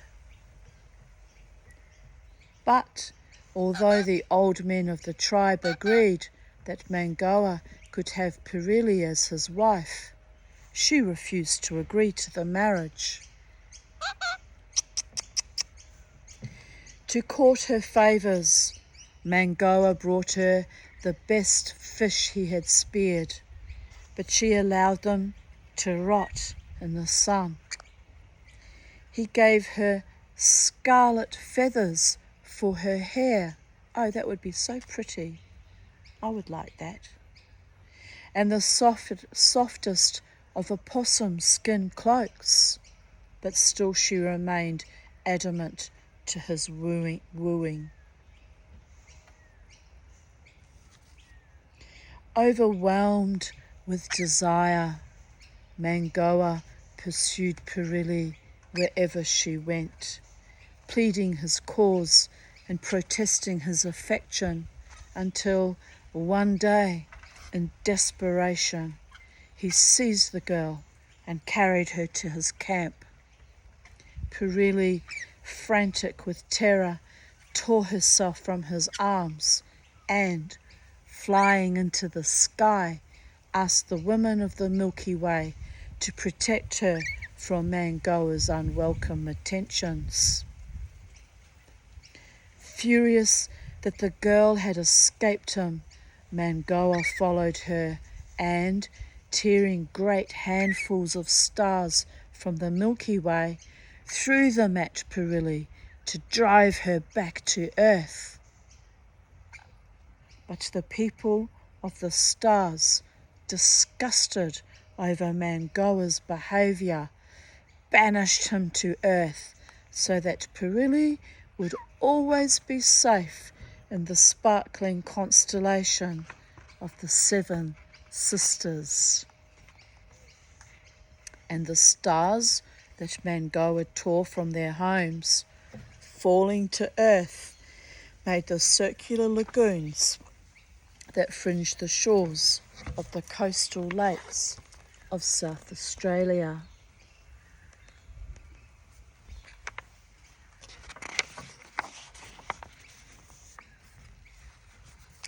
Inua's ladder.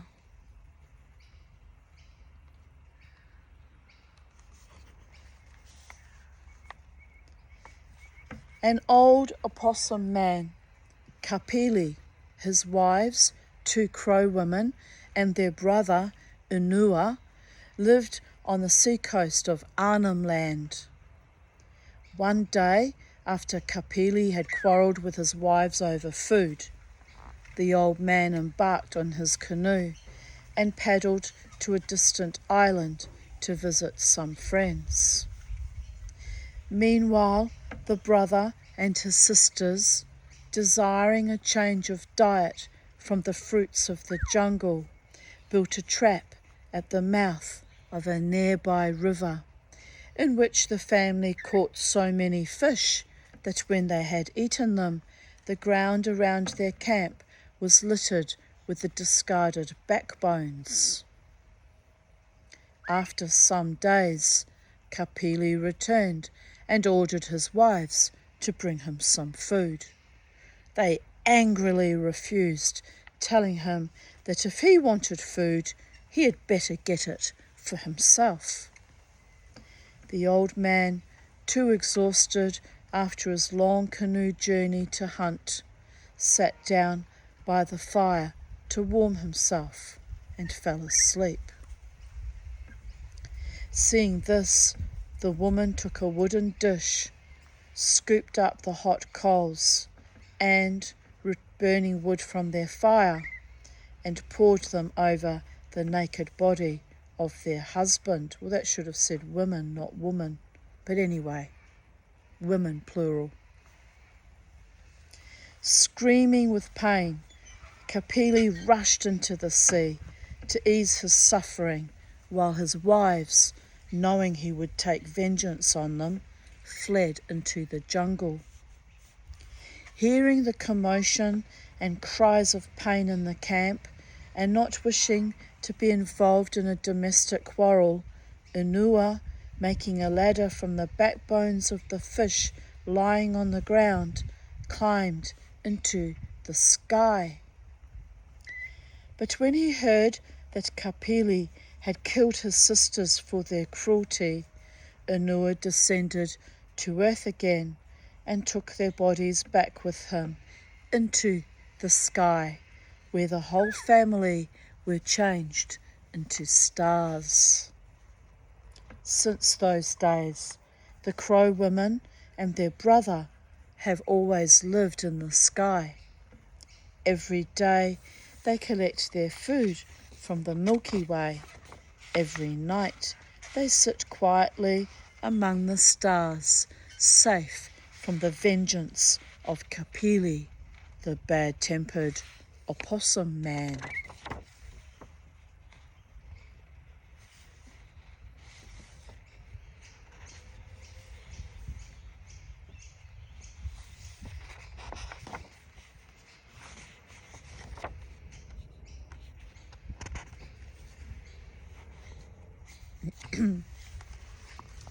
The 7 Emu Sisters.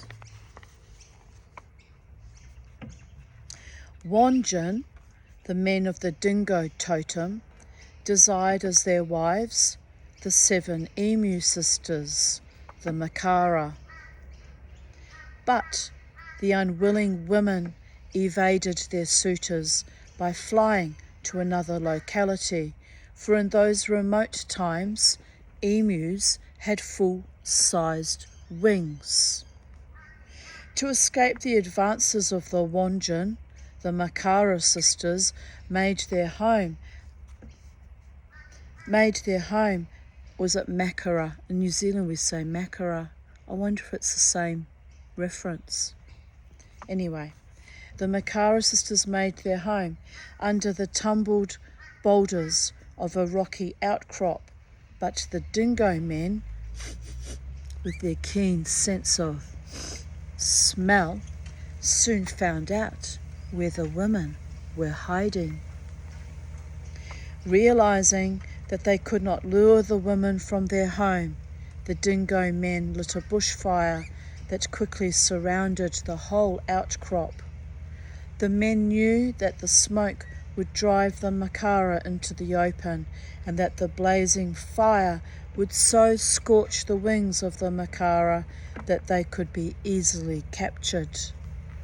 The plans of the Wanjin were only partly successful. The flames from the bushfire did deprive the emu women of the power of flight, but the strenuous efforts of the Makara to step over the burning grass and bushes made their legs grow so long that even to this day the emu can outdistance almost every other creature. Escaping from the fire, the Makara ran to the ends of the earth, but still the Wanjin followed them. Finally, the desperate women rose up into the sky to become the group of stars known today as the 7 Sisters. The Wanjin men, so that they could still pursue the seven sisters, also went into the sky, changing themselves to the constellation of Orion. But the emu women are always the first to reach the western horizon, where, for a time, they are safe from the unwelcome attentions of the dingo men. Here they are again. I'll just show you again.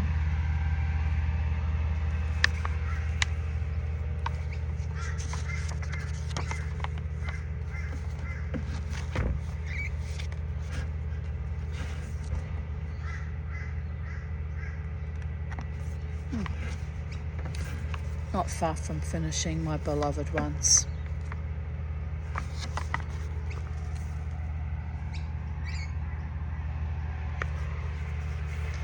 The lightning man, Wala Andayua. The Aborigines of northern Arnhem Land are afraid of the mythical lightning man, Wala Andayua.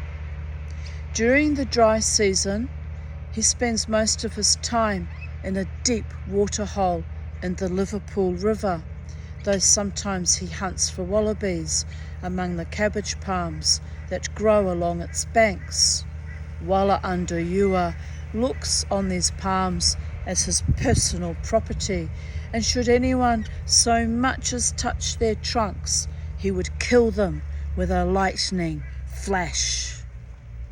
But should an Aboriginal throw a stone into his waterhole, and even greater misfortune would happen, for then the lightning man, furious over this indignity, would rise into the air and create thunderstorms of such violence that everyone would be destroyed. But it is when the monsoon rains begin that the lightning man becomes most belligerent.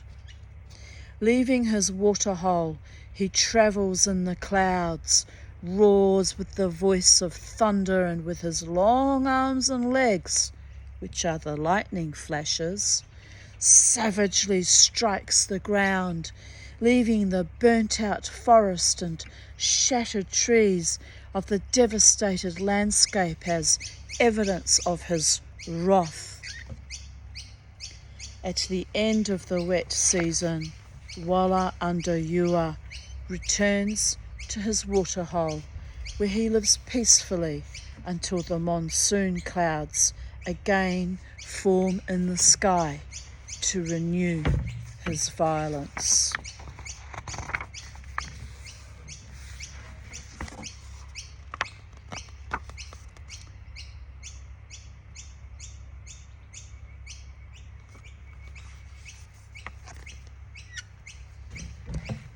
The Woma Snake Man. Two groups of snake people, the Woma and the Kunia, once lived together in the desert country of Central Australia. Every day they went out hunting, and every evening they returned to the same camp and cooked the birds and animals they had killed. But as time passed, the Kunia snake men began to leave the soft sand and warm sunshine of the desert and to hunt for their food among the boulders of the ranges. So one evening, after a long discussion around their campfire, the snake men agreed to separate, the Woma to stay where they were, and the Kunia to make their homes in the rocky places of the hills. A large family of the Kunia snake people settled among the great boulders on the eastern and southern sides of, and I will call it Uluru, where they lived contentedly, gathering their food among the rocks and their water from the nearby springs. But one day, A party of the venomous Liru snake people came from the west and attacked and killed all the harmless Kunya. Today the bodies of those snake people and the camps in which they once lived have been transformed into large groups of boulders around the base of Uluru.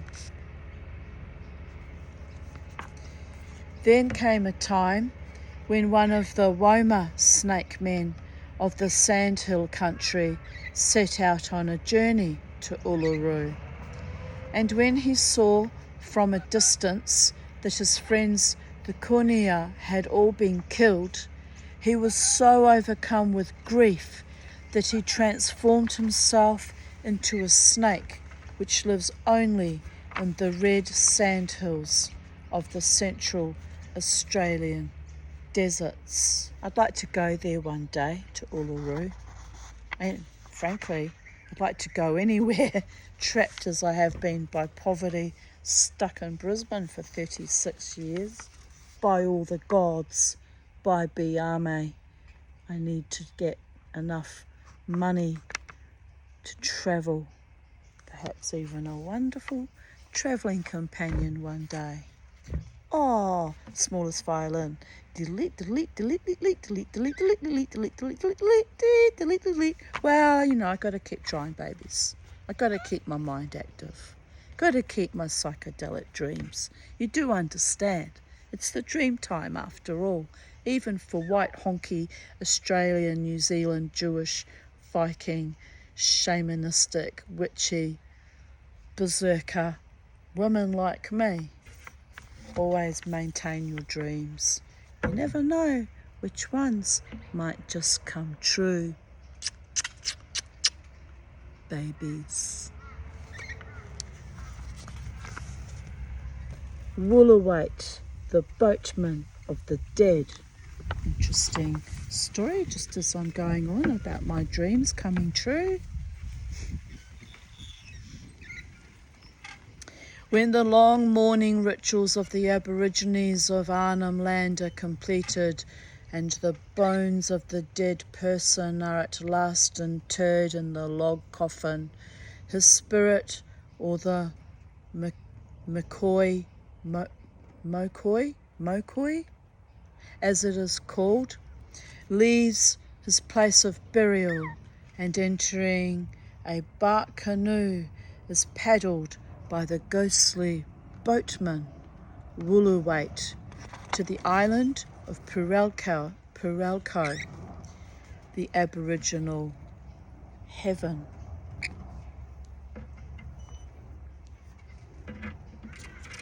The journey takes many days, for Purelco lies far beyond the rising of the sun and the morning star. During the journey, many dolphins swim beside the canoe to guide it to its destination. When the canoe nears the shores of Purelco, a masked plover who has been watching the progress of the canoe rises into the air with a shrill call to tell the spirits that Woolawait and his companion, the Mokoi,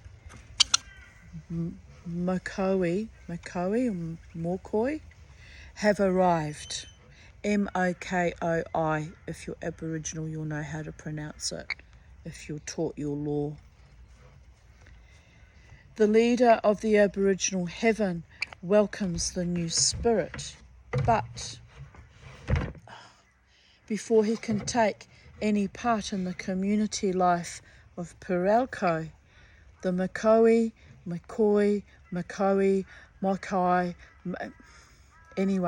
must submit to an ordeal in which the men of Purelco cast spears into his body until his skin becomes hard and impervious to wounds.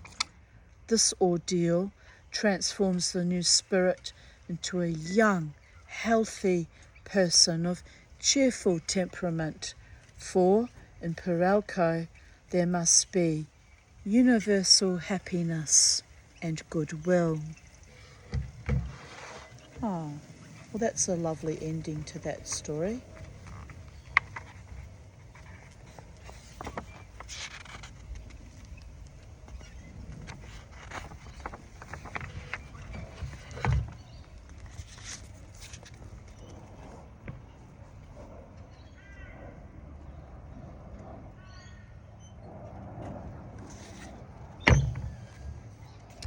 Miriam and Warreen, the hunters.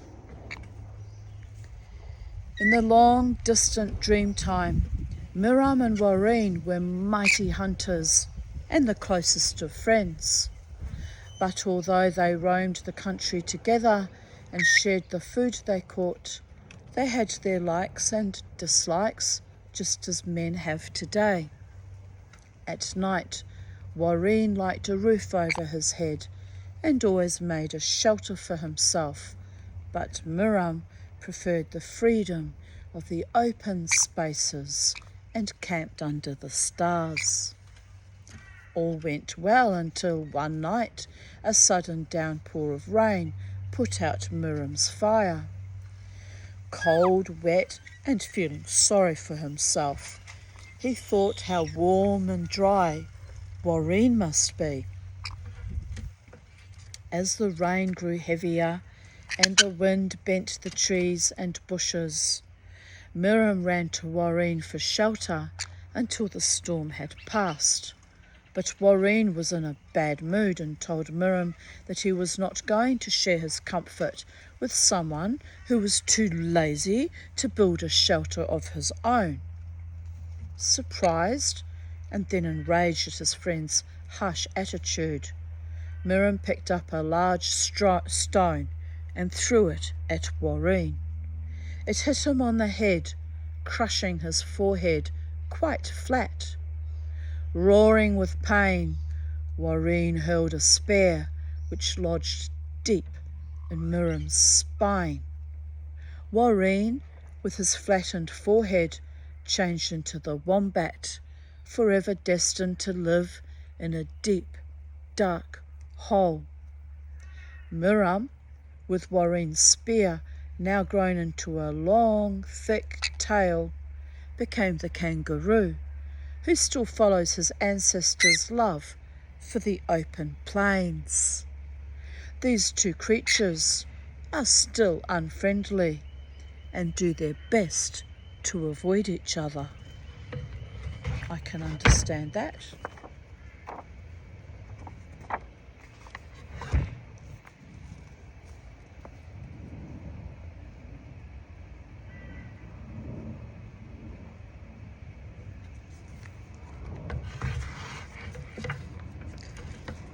The creation of the eagle and the crow.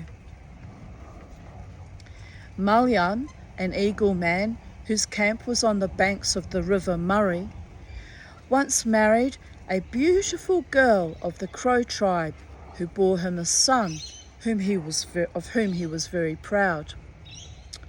But one day he saw his wife talking to a magpie man whose behaviour was not above suspicion, and, being a jealous man, Mulyan punished his wife so severely that she died.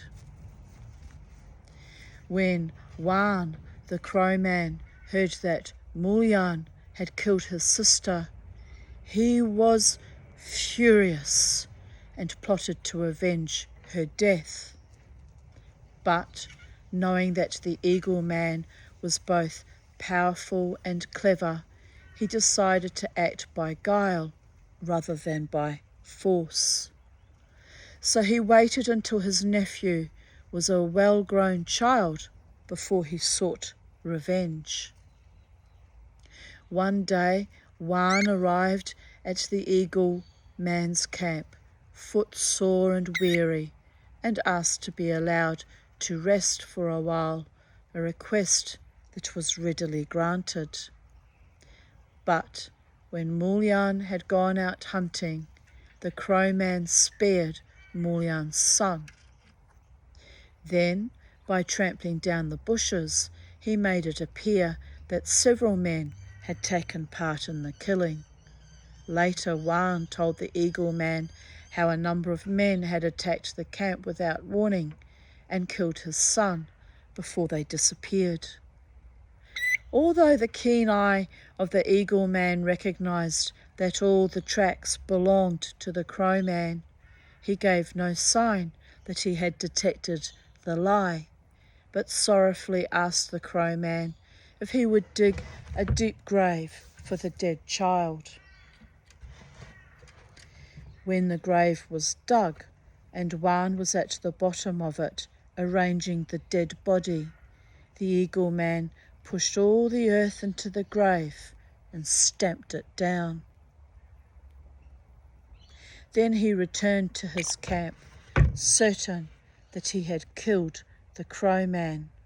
But Mulyan was mistaken, for the Crow Man, using his magic, had escaped and called up a heavy thunderstorm that increased in violence until a great flash of lightning struck the camp of the Eagle Man, scattering its fragments everywhere.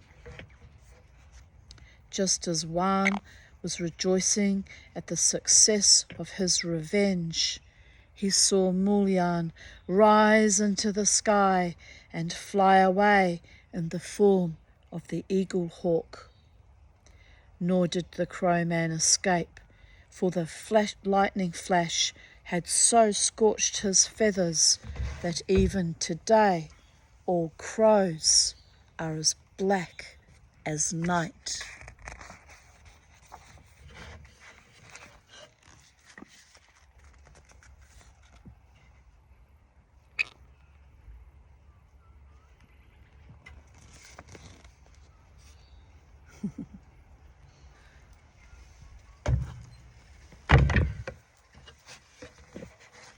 The Frog Woman, Quawk Quawk, and her family. An Aboriginal myth from northern Australia tells of the green frog, Quawk Quawk, and her 3 children, Boomerali the Lightning Woman, Pakadringa the Thunder Man, and Tomituka, the Woman of the Monsoon Rains. No Aboriginal will kill or even injure a green frog, knowing that, if he did so, Boomerali the Lightning Woman would destroy him instantly with her thunderbolt, while the storms made by Pakadringa and Tomituka would flood the countryside and drown many people. During the wet season, the Lightning Woman, the Thunder Man, and the Woman of the Monsoon Rains travel across the sky in the clouds, while their mother, Quawk Quawk, hops from place to place on the sodden ground beneath. The Frog Woman, proud of the work of her children, croaks with joy when she hears the rain falling in torrents, the thunderstorms raging, and the lightning breaking the trees into many pieces. But when the wet season has ended and the clouds are no longer in the sky, the children of Quawk Quawk live in Tuniruna, a land high above the stars and the Milky Way, while Quawk Quawk rests peacefully in the deep crevices of the rocks or in the hollow trees until she again hears the sound of falling rain and the clamour of her children in the sky.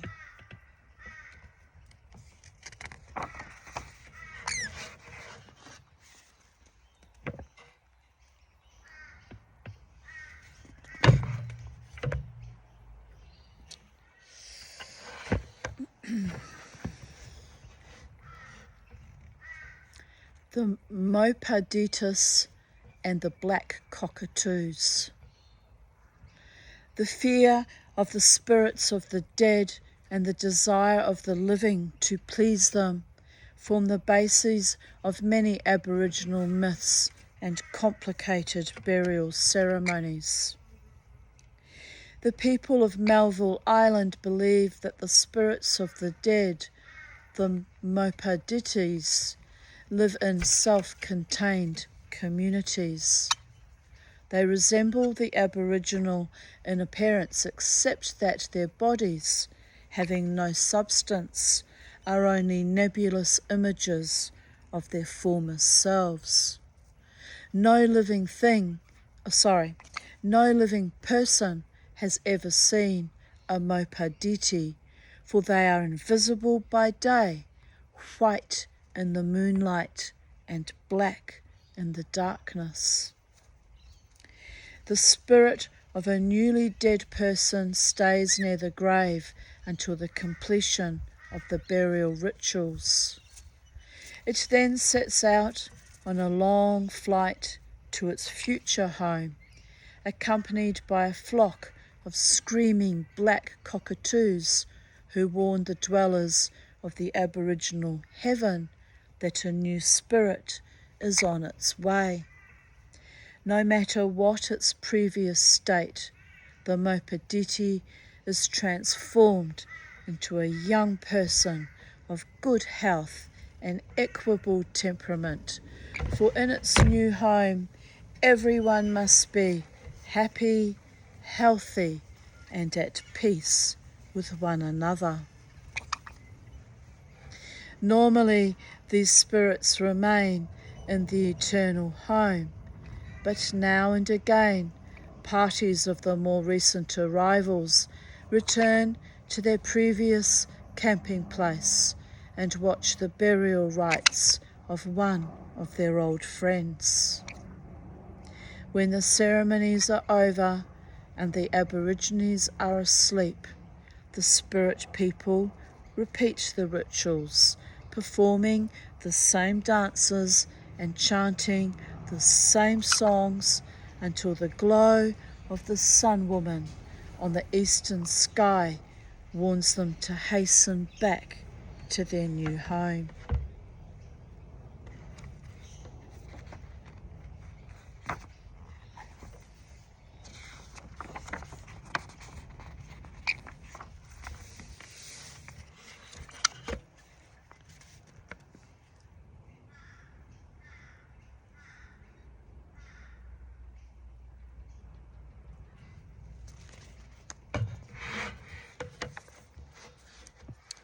The transformation of Parabruma.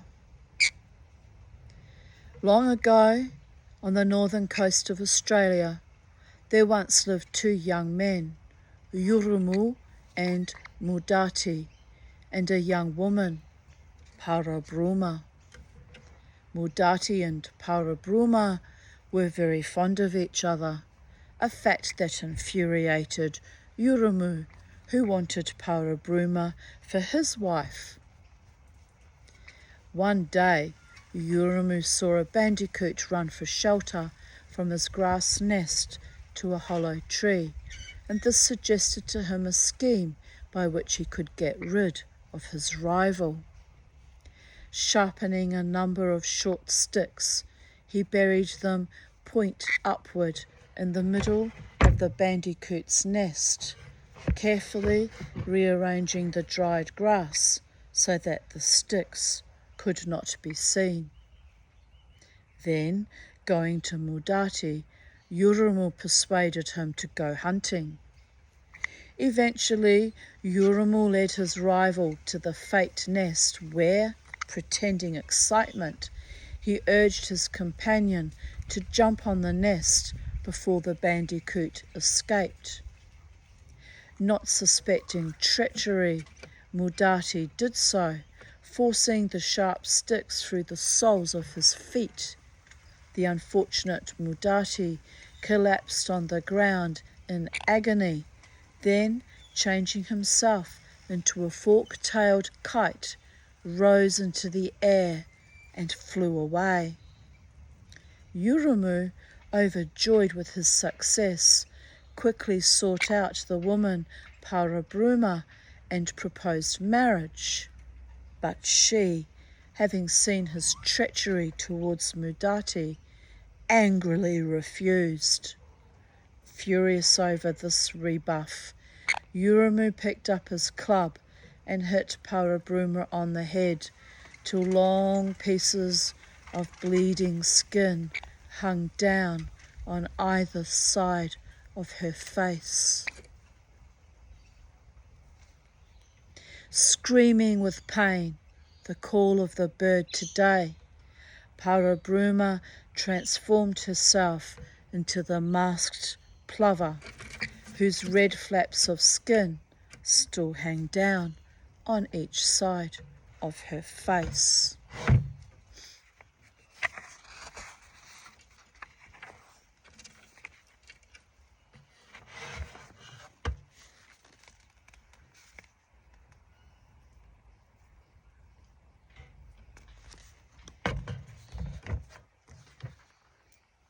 Ulamina and the Stolen Canoe. Lying off the northern coasts of Australia was an island rich in fruit and game, which the Bandicoot men could not visit because the only canoe in the country was owned by a selfish starfish man, Ulamina, who refused to lend it to anyone. One Bandicoot man, Bungaruk, who was determined to steal the canoe, set out to make friends with the starfish man.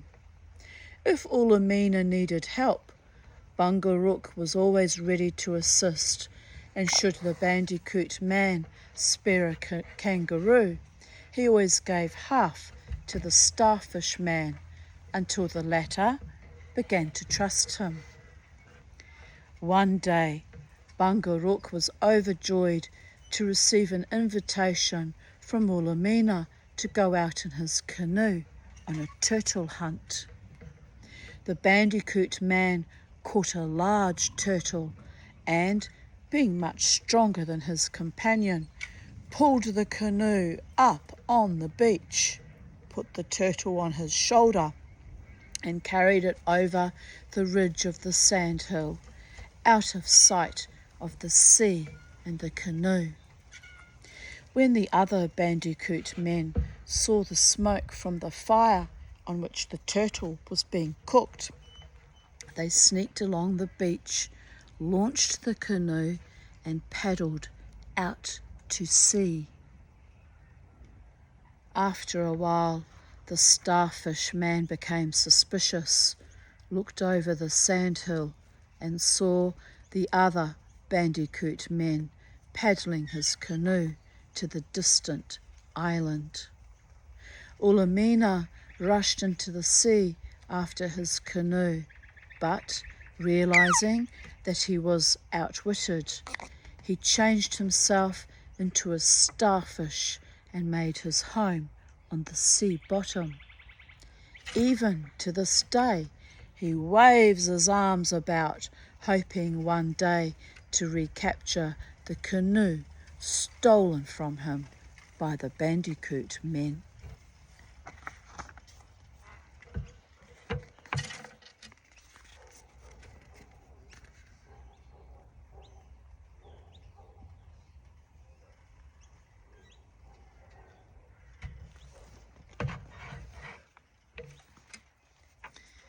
The native cat, the owl, and the eagle. The mythical people of the Aborigines' Dreamtime were both evil and good, just as men are today. Of all the evil people, the native cat man, Kiniga, was most feared, for he killed for the sheer joy of taking life. When Kiniga was about, the women and children stayed in their camps, while the men, if forced to travel, always carried their spears and spear throwers.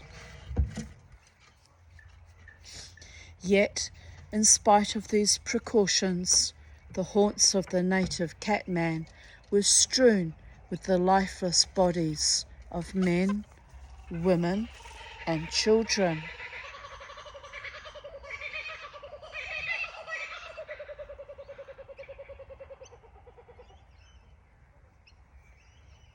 This slaughter became so serious that the tribal elders agreed that, at all costs, Kiniga must die.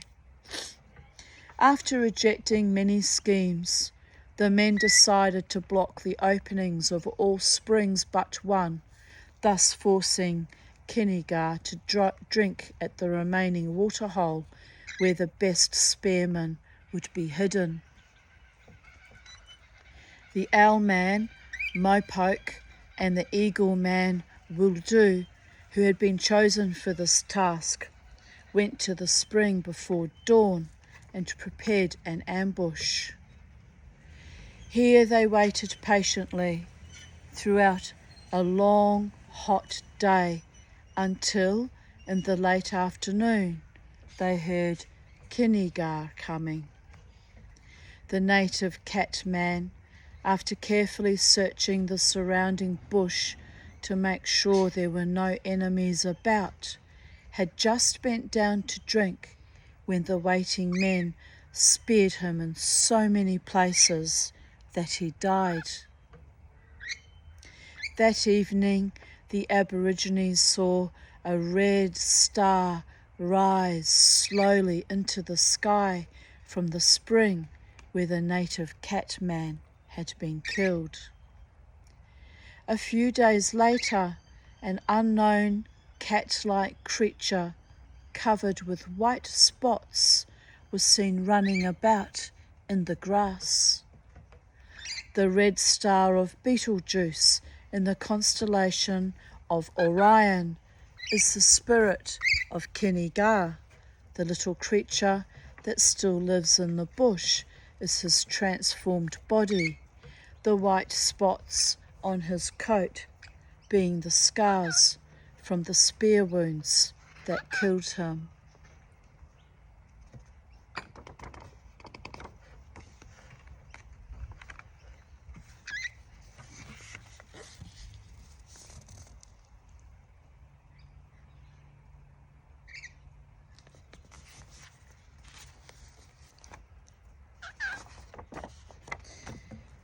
The baler shells, the dolphins, and the tiger shark. What's the matter? There you go. The natural features of some of the small islands off the coasts of the Gulf of Carpentaria, the stony outcrops, the steep cliffs, the submerged rocks, were created in the distant past by three groups of mythical people. They were the baler shells, Yukana, the dolphins, Amatuana, and the tiger shark, Bangaja. A family of the baler shell people made their first camp, now a low rocky hill on the shores of Bickerton Island, but later moved northwards to Chasm Island. Here they became friendly with a pair of dolphins with whom they lived happily for a long time, gathering the abundant seafoods and playing together in the warm waters. But one day, the tiger shark, Bangaja, always bent on murder, came into the waters of Chasm Island. He attacked the peaceful community and, after a long chase and a violent struggle, killed the dolphin man. This unjustified attack so terrified the dolphin woman and her baler shell friends that they fled to a neighbouring island, where the woman changed herself into a long boulder on the seacoast, and the baler shell family became a spectacular column at the summit of the island. On the face of a cliff at Chasm Island, Bangaja is now a large red stain that bears a strong resemblance to a tiger shark, and the body of the murdered dolphin man is a rock awash at low tide.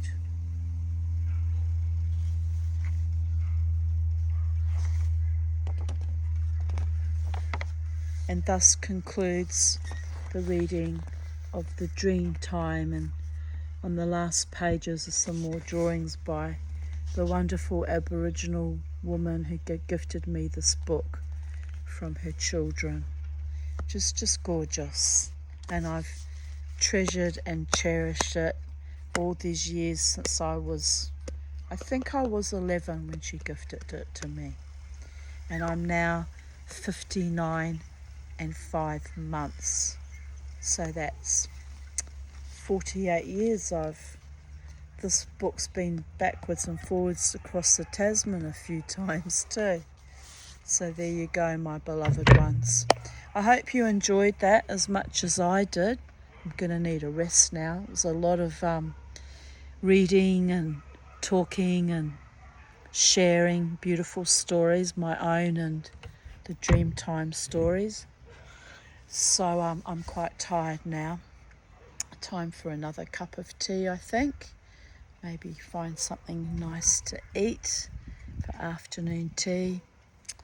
Maybe I've got some mandarins in the fridge and some leftover chocolate, which is not going to last very long because I had it for breakfast. Shouldn't have any more chocolate today. I've had quite a lot. But what the hey, I might do it anyway. Anyway, Goddess bless, Biami bless. May all the gods of your understanding across this beautiful blue marble planet swirling in amongst the Milky Way. May we all be blessed by the gods and goddesses of our understanding. And in Māori, aroha nui. In Greek, big agape love to you all, my darlings. Bye for now.